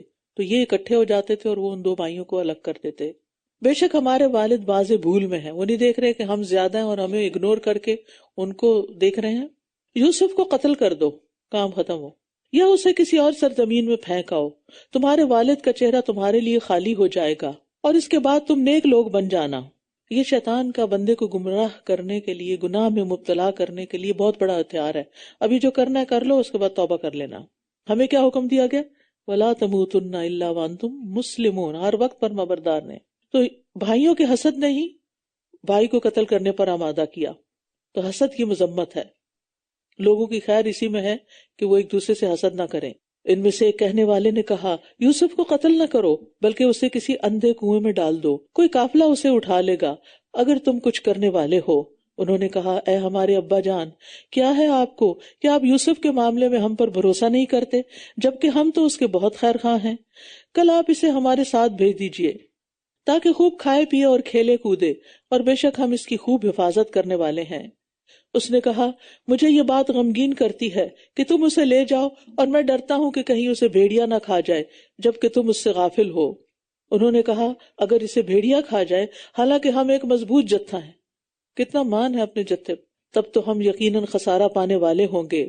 پھر جب وہ اسے ساتھ لے گئے اور انہوں نے طے کر لیا کہ وہ اسے اندھے کنویں کی تہہ میں ڈال دیں گے، اور ہم نے اس کی طرف وحی کی کہ تم ضرور ایک دن انہیں ان کے اس کام کے بارے میں آگاہ کرو گے جبکہ وہ اس کا شعور نہ رکھتے ہوں گے. اللہ سبحانہ وتعالیٰ تکلیف اور غم میں اپنے مومن بندوں کی ڈھارس بندھاتا ہے. بھائیوں نے جب کنویں میں پھینکا تو اللہ تعالیٰ نے یوسف علیہ السلام کے دل میں ڈال دیا کہ ایک دن تم غالب آؤ گے اور انہیں بتاؤ گے یہ بات کہ تم نے میرے ساتھ کیا کیا. یعنی یہ آزمائش وقتی ہے، اور ہم میں سے ہر ایک کو یہ سوچنا چاہیے کوئی بھی تکلیف جو آتی ہے چھوٹی یا بڑی، وہ ہمیشہ کے لیے نہیں آ جاتی، وہ وقتی ہوتی ہے. اور عشاء کے وقت وہ سب روتے ہوئے اپنے والد کے پاس آ گئے. ہر رونے والا سچا بھی نہیں ہوتا. حضرت حسین رضی اللہ تعالیٰ عنہ کو شہید کرنے والے ہی ان پر رو رہے تھے. ان کی بہن نے کوفے والوں کو روتے پیٹتے ہوئے دیکھ کر پوچھا کیوں رو رہے؟ بتایا گیا کہ یہ حضرت حسین رضی اللہ عنہ کی شہادت پہ رو رہے ہیں. تو کہنے لگی یہ لوگ ہم پر رو رہے ہیں تو ہمیں قتل کرنے والے کون ہیں؟ تم ہی نے قتل کیا اور تم ہی رو رہے ہو؟ کہنے لگے اے ہمارے ابا جان، ہم تو دوڑ کا مقابلہ کرتے ہوئے دور چلے گئے اور ہم یوسف کو اپنے سامان کے پاس چھوڑ گئے تو اسے بھیڑیا کھا گیا، اور آپ تو ہم پر یقین کرنے والے نہیں، خواہ ہم سچے ہی کیوں نہ ہوں۔ یہ بھی ایک انداز ہوتا ہے دوسرے کو منوانے کا اپنی بات۔ اور وہ اس کی قمیص پر جھوٹ موٹ کا خون لگا لائے۔ اس نے کہا بلکہ تمہارے نفسوں نے تمہارے لیے ایک برے کام کو اچھا کر دکھایا ہے، تو اب صبر ہی اچھا ہے، فصبر جمیل، اور جو تم بیان کر رہے ہو اس پر اللہ ہی سے مدد طلب کی جا سکتی ہے، یعنی اللہ کے سوا کسی اور سے شکوہ نہیں، شکایت نہیں۔ اس کو صبر جمیل کہا جاتا ہے کہ اپنی تکلیف کسی کو بیان نہ کی جائے، اپنی مصیبت کا ذکر نہ کیا جائے، اور نہ ہی اپنے آپ کو پاک قرار دیا جائے۔ اور صبر ہوتا ہے صدمے کی پہلی چوٹ پر۔ اور یہاں یعقوب علیہ السلام کو اسوہ حسنہ دیکھیے، پہلی چوٹ پر خبر ملتے ہی انہوں نے کہا فصبر جمیل، اور ایک قافلہ وہاں آ نکلا تو انہوں نے اپنا پانی لانے والا بھیجا، تو جو ہی اس نے اپنا ڈول ڈالا بولا واہ خوشخبری ہو، یہ تو ایک لڑکا ہے، اور انہوں نے اسے سامان تجارت سمجھ کر چھپا لیا، اور اللہ اسے خوب جانتا تھا جو کچھ وہ کر رہے تھے، اور انہوں نے اسے بہت کم قیمت پر چند گنے چنے درہموں کے عوض بیچ ڈالا، اور وہ اس کے بارے میں بہت بے رغبت تھے، ان کو کوئی دلچسپی نہیں تھی، پتہ ہی نہیں تھا کیسا ہیرا ہے ان کے ہاتھ میں۔ اگر انہیں پتہ چل جاتا اس وقت کہ یہ بچہ ایک دن مصر کا بادشاہ بنے گا تو وہ اسے کبھی نہ چھوڑتے، کبھی نہ بیچتے۔ انسان بڑا ہی لا علم ہے، بڑا ہی بے خبر ہے، اس لیے وہ اللہ سے شکایتیں کرتا ہے۔ اور مصر کے جس شخص نے اسے خریدا تھا اپنی بیوی سے کہنے لگا اسے عزت و احترام کی جگہ دو، ہو سکتا ہے کہ یہ ہمیں نفع دے یا ہم اسے بیٹا بنا لیں گے۔ اور یوں ہم نے یوسف کو اس سرزمین میں ٹھکانہ دیا، اور تاکہ ہم اسے باتوں کی حقیقت سکھا دیں، اور اللہ اپنے کام پر غالب ہے، لیکن اکثر لوگ علم نہیں رکھتے۔ اب یہاں پر وہ عزیز مصر کے گھر آ گیا، کہتے ہیں کہ فائنینشیل منسٹر تھا وہاں کا، اس کے گھر بڑے بڑے لوگ جمع ہوتے تھے، بڑی بڑی میٹنگز ہوتی تھیں۔ تو اللہ سبحانہ وتعالیٰ یوسف علیہ السلام کو چونکہ ایک بہت بڑی نعمت دینے والا تھا دنیا کے لحاظ سے بھی اور آخرت کے لحاظ سے، یعنی بادشاہت اور نبوت، تو اس کے لیے ان کو تیار کیا جا رہا ہے۔ فلسطین کے اس گاؤں میں ان کی یہ سب پرورش نہیں ہو سکتی تھی، وہ اس طرح تیار نہیں ہو سکتے تھے، تو ان کو ایک ایسے انفلوئنشل شخص کے گھر میں لا کے کام دیا گیا تاکہ وہ یہ سارا ماحول دیکھیں اور ان سب باتوں سے سیکھیں۔ اور جب وہ اپنی پوری جوانی کو پہنچا تو ہم نے اسے قوت فیصلہ اور علم عطا کیا، اور ہم نیکی کرنے والوں کو اسی طرح بدلہ دیا کرتے ہیں، محسنین کو ایسی ہی جزا ملتی ہے۔ سبحان اللہ، محسنین کو دنیا میں ہی کیسے کیسے بدلے مل جاتے ہیں۔ یعنی جہاں تک نور، علم اور حکمت دیے جانے کا تعلق ہے تو وہ ہر محسن کے لیے عام ہے، یہ چند لوگوں کے لیے نہیں۔ اگر آپ کو چاہیے تو پھر محسن بن جائیں، نیکی کرنے والے، لوگوں پہ احسان کرنے والے، خیر کے پیغام دینے والے۔ اور اس عورت نے جس کے گھر میں وہ تھا اسے اس کے نفس سے پھسلانا چاہا اور دروازے اچھی طرح بند کر لیے اور بولی یہاں آ جاؤ۔ اس نے کہا اللہ کی پناہ، بے شک وہ میرا مالک ہے جس نے مجھے عمدہ ٹھکانہ دیا ہے، بے شک ظالم لوگ فلاح نہیں پاتے۔ یعنی پہلے تو وہ اس کو لبھاتی رہی اور اپنی طرف مائل کرتی رہی، راودت ہو، اور پھر غلط کام کے لیے دعوت بھی دے دی، اور چونکہ یہ ان کے گھر میں رہتے تھے اس لیے انکار بھی بڑا مشکل تھا، لیکن اللہ کا ڈر بھی تھا، اللہ کی برہان دیکھی، اور پھر انہوں نے اپنے مالک سے خیانت نہیں کی۔ اور وہ عورت اس کا ارادہ کر ہی چکی تھی، اور وہ بھی اس کا ارادہ کر لیتا اگر اس نے اپنے رب کی برہان نہ دیکھ لی ہوتی۔ اسی طرح ہوا تاکہ ہم اس سے برائی اور بے حیائی کو پھیر دیں، بے شک وہ ہمارے چنے ہوئے بندوں میں سے تھا، مخلصین میں سے تھا۔ اخلاص جو ہے وہ شیطان کے غلبے سے روک دیتا ہے۔ اور وہ دونوں دروازے کی طرف دوڑے، یوسف علیہ السلام نے بچنے کے لیے دوڑ لگا دی، عورت بھی پیچھے آ گئی، اور اس عورت نے پیچھے سے اس کی قمیض پھاڑ ڈالی، یعنی کھینچ کر، اور دونوں نے اس کے شوہر کو دروازے کے پاس پایا۔ کہنے لگی اس شخص کی کیا سزا ہو سکتی ہے جو تیری بیوی کے ساتھ برائی کا ارادہ کرے، سوائے اس کے کہ وہ قید کیا جائے یا کوئی دردناک سزا دیا جائے۔ اب تک بڑی محبت کے دعوے تھے، اب جو ہی شوہر سامنے آیا تو الزام لگا دیا۔ یہ محبت نہیں ہوتی، یہ لسٹ ہوتی ہے، شہوت ہوتی ہے۔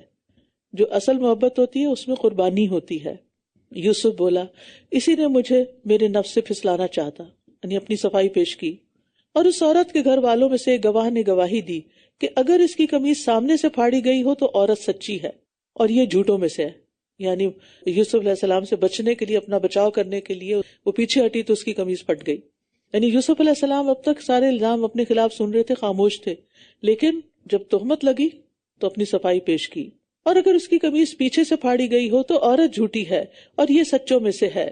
پھر جب اس نے اس کی قمیص کو پیچھے سے پھٹا ہوا دیکھا تو کہنے لگا بے شک یہ تم عورتوں کی چالوں میں سے ایک چال ہے، بے شک تمہاری چالیں بہت بڑی ہوتی ہیں۔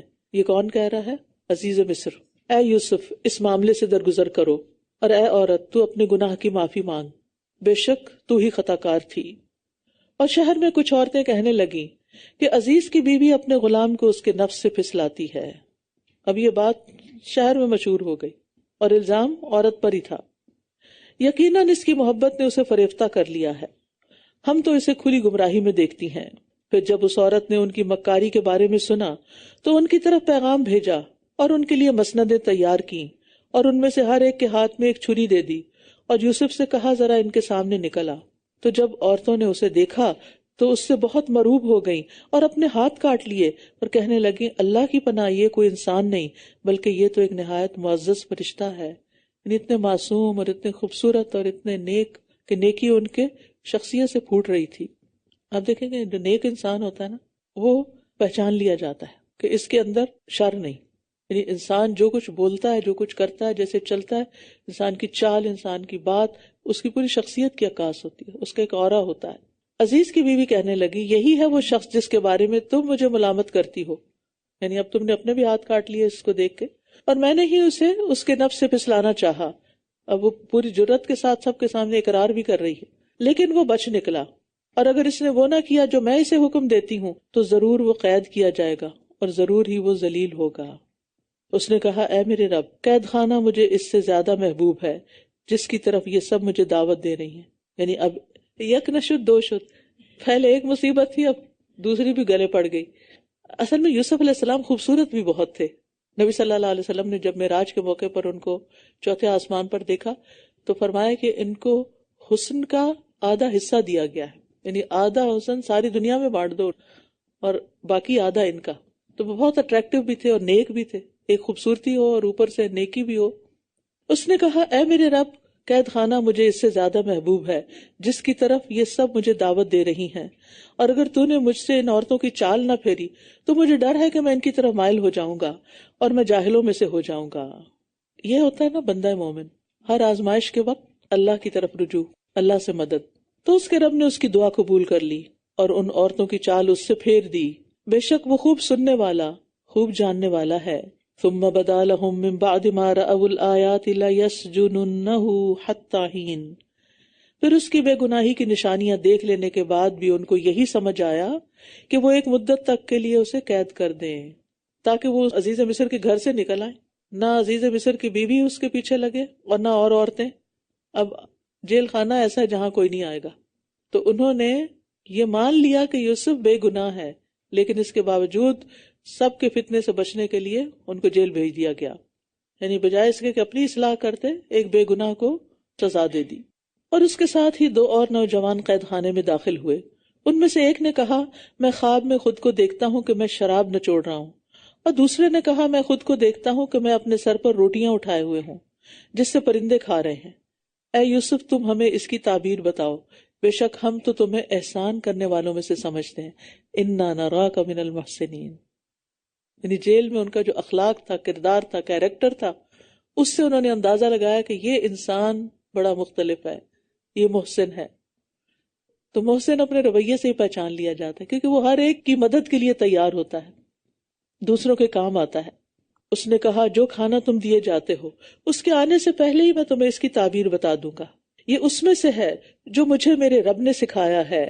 سبحان اللہ، اس علم کو اللہ کی طرف منسوب کر رہے ہیں۔ میں نے ان لوگوں کا دین چھوڑ دیا ہے جو اللہ پر ایمان نہیں رکھتے اور وہ آخرت کے بھی انکاری ہیں۔ یہ نہیں کہا کہ میں فلاں کا بیٹا ہوں اور وہ پیغمبر تھے اور ان کے والد بھی پیغمبر تھے اور میرے دادا بھی پڑدادا سب پیغمبر تھے، یہ باتیں نہیں کی، بلکہ دین کی بات کی۔ انہوں نے مناسب موقع دیکھ کر اللہ کی طرف لوگوں کو دعوت دی، حالانکہ کئی دن سے اکٹھے ہی جیل میں رہ رہے تھے، آتے ہی نہیں پکڑ لیا۔ اور میں نے تو اپنے باپ دادا ابراہیم اور اسحاق اور یعقوب کے دین کی پیروی اختیار کی ہے۔ ہمارے لیے یہ حق نہیں کہ ہم اللہ کے ساتھ کسی چیز کو شریک ٹھہرائیں، یہ ہم پر اور سب لوگوں پر اللہ کا فضل ہے، لیکن اکثر لوگ شکر ادا نہیں کرتے۔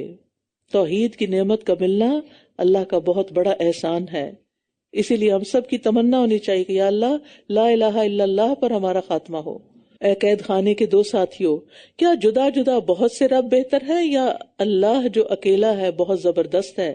اس کے سوا تم بس چند ناموں ہی کی عبادت کرتے ہو جو تم نے اور تمہارے باپ دادا نے رکھ لیے ہیں۔ اللہ نے ان کی کوئی دلیل نہیں اتاری، حکم صرف اللہ ہی کا چلتا ہے۔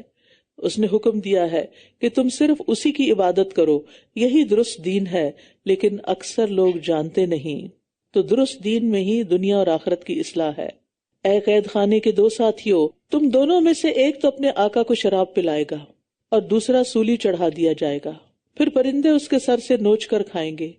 اس معاملے کا فیصلہ کر دیا گیا ہے جس کے بارے میں تم دونوں مجھ سے پوچھ رہے تھے۔ اللہ کے فیصلے تو بہت پہلے سے لکھے ہوئے ہیں۔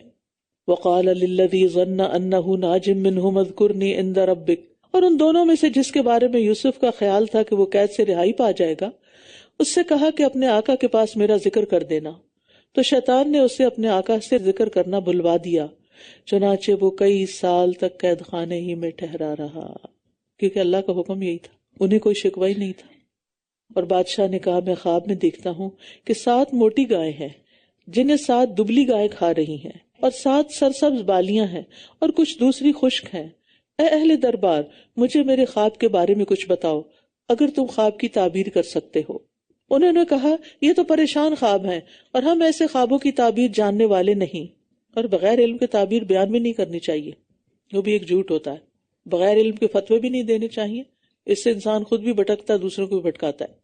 اور ان دونوں میں سے جو شخص رہا ہوا تھا اسے ایک مدت بعد یاد آیا، کہنے لگا ذرا تم مجھے قید خانے تک بھیجو تو میں تمہیں اس خواب کی تعبیر بتاتا ہوں۔ یوسف اے بہت ہی سچے انسان، ہمیں خواب کی تعبیر بتاؤ کہ 7 موٹی گائیں ہیں جنہیں 7 دبلی گائیں کھا رہی ہیں، اور 7 سرسبز بالیاں ہیں اور کچھ دوسری خشک ہیں، تاکہ میں لوگوں کی طرف تعبیر لے کر لوٹوں تاکہ وہ بھی جان لیں۔ اس نے کہا تم 7 سال تک متواتر کھیتی باڑی کرو گے، سو جو تم کاٹو اسے اس کی بالیوں ہی میں چھوڑ دینا، سوائے اس قلیل مقدار کے جو تم کھاؤ گے۔ پھر اس کے بعد سخت قحط کے 7 سال آئیں گے، جو کچھ تم نے ان کے لیے پہلے سے جمع کر کے رکھا ہوگا اسے کھا جائیں گے، سوائے اس قلیل مقدار کے جو تم محفوظ رکھو گے۔ پھر اس کے بعد 1 سال آئے گا جس میں لوگوں پر خوب بارش ہوگی اور اس میں وہ رس بھی نچوڑیں گے۔ یوسف علیہ السلام کو اللہ نے علم سکھایا تھا، لہذا خواب سنتے ہی وہ فوراً گہرائی کو پہنچ گئے، تعبیر کو پہنچ گئے، اور انہوں نے موٹی تازہ 7 گایوں سے 7 سال مراد لیے جن میں خوب پیداوار ہوگی، اور 7 دبلی پتی گایوں کو اس کے برعکس لیا کہ جس میں خشک سالی ہوگی، قحط ہوگا۔ اور پھر قحط کے 7 سال جب گزر جائیں گے تو خوب بارش ہوگی جس کے نتیجے میں پیداوار ہوگی اور تم رس نچوڑو گے، جانوروں کے دودھ پیدا ہوں گے زیادہ۔ اب دیکھیے انبیاء کا حلم، ان کا اخلاق، اتنے سال قید خانے میں رہنے کے باوجود بھی وہ ان کی خیر خواہی کر رہے تھے اور اپنے علم سے ان کو فائدہ پہنچا رہے تھے اور ان کی دنیا کی اصلاح کر رہے تھے۔ جن لوگوں نے جیل میں بھیجا تھا انہی کو ضرورت پڑ گئی یوسف علیہ السلام کی، تو انہوں نے یہ نہیں کہا پہلے مجھے یہاں سے نکالو پھر میں بتاؤں گا، کچھ نہیں کہا۔ اور بادشاہ نے کہا اسے میرے پاس لاؤ۔ تو جب پیغمبر یوسف کے پاس آیا تو اس نے کہا اپنے آقا کی طرف لوٹ جاؤ اور اس سے پوچھو کہ ان عورتوں کا کیا حال ہے جنہوں نے اپنے ہاتھ کاٹ لیے تھے، بے شک میرا رب ان کی چال سے خوب واقف ہے۔ یعنی جب ساقی نے جا کر تعبیر بتائی تو بادشاہ نے کہا یوسف کو میرے پاس لے آؤ۔ پہچان گیا، جوہری کو ہی ہیرے کی پہچان ہوتی، ہر شخص نہیں پہچانتا کہ کس کے اندر کیا قابلیت ہے، کس سے کیا کام لیا جا سکتا ہے۔ اس سے علم کی فضیلت کا بھی پتہ چلتا ہے۔ کل میں بات کری تھی نا کہ سکلز کے بغیر آپ ترقی نہیں کر سکتے، علم کے بغیر آپ کسی کو فائدہ نہیں پہنچا سکتے۔ اگر آپ دوسروں کے فائدے کا بننا چاہتے ہیں، اگر دین میں بننا چاہتے ہیں تو دین کا علم حاصل کریں، دنیاوی لحاظ سے کسی کو فائدہ پہنچانا چاہتے ہیں تو دنیاوی لحاظ سے کچھ سیکھیں، ساری زندگی کچھ نہ کچھ سیکھتے رہیں، اور یہ دعا اپنی دعاؤں میں شامل کر لیں، رب زدنی علما، اللہ میرے علم کو زیادہ کر دے، مجھے علم میں آگے بڑھا۔ لوگ مال میں آگے بڑھنا چاہتے ہیں، شہرت میں آگے بڑھنا چاہتے ہیں، اللہ مجھے علم میں آگے بڑھا، زدنی زیادہ کر مجھے، یعنی بڑھا علم میں۔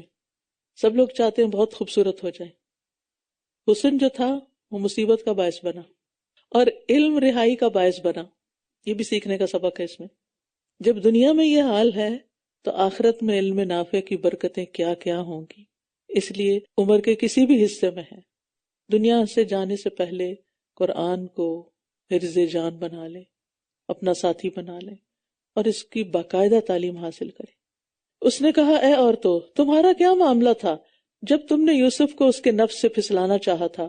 وہ کہنے لگی اللہ کی پناہ، ہم اس میں کوئی برائی نہیں جانتی۔ گواہی دے دی۔ عزیز کی بیوی کہنے لگی اب تو حق ظاہر ہو گیا ہے، یعنی سبھی حق کی گواہی دے رہے ہیں، میں نے ہی اسے اس کے نفس سے پھسلانا چاہا تھا اور بے شک وہ سچوں میں سے ہے۔ ذالک لیعلم انی لم اخنہ بالغیب وان اللہ لا یہدی کید الخائنین، یہ اس لیے تاکہ عزیز جان لے کہ میں نے اس کی عدم موجودگی میں اس سے خیانت نہیں کی تھی، اور بے شک اللہ خیانت کرنے والوں کی چال کو کامیابی کی راہ نہیں دکھاتا۔ تو یہاں پر آپ دیکھیں کہ یوسف علیہ السلام کی برات ہو گئی، یعنی جیل خانے میں کیوں بھیجا تھا مجھے؟ ایک الزام کے ساتھ، تو نکلنے سے پہلے اس الزام کو صاف کیا جائے۔ تو بہرحال اللہ سبحانہ وتعالیٰ اپنے بندوں کے ساتھ ہے اور وہ جسے چاہتا ہے اپنی رحمت سے نواز دیتا ہے۔ تو انشاءاللہ باقی قصہ کل انشاءاللہ۔ وآخر دعوانا ان الحمد للہ رب العالمین۔ سبحانک اللہم وبحمدک، اشہد ان لا الہ الا انت، استغفرک واتوب الیک۔ السلام علیکم ورحمۃ اللہ وبرکاتہ۔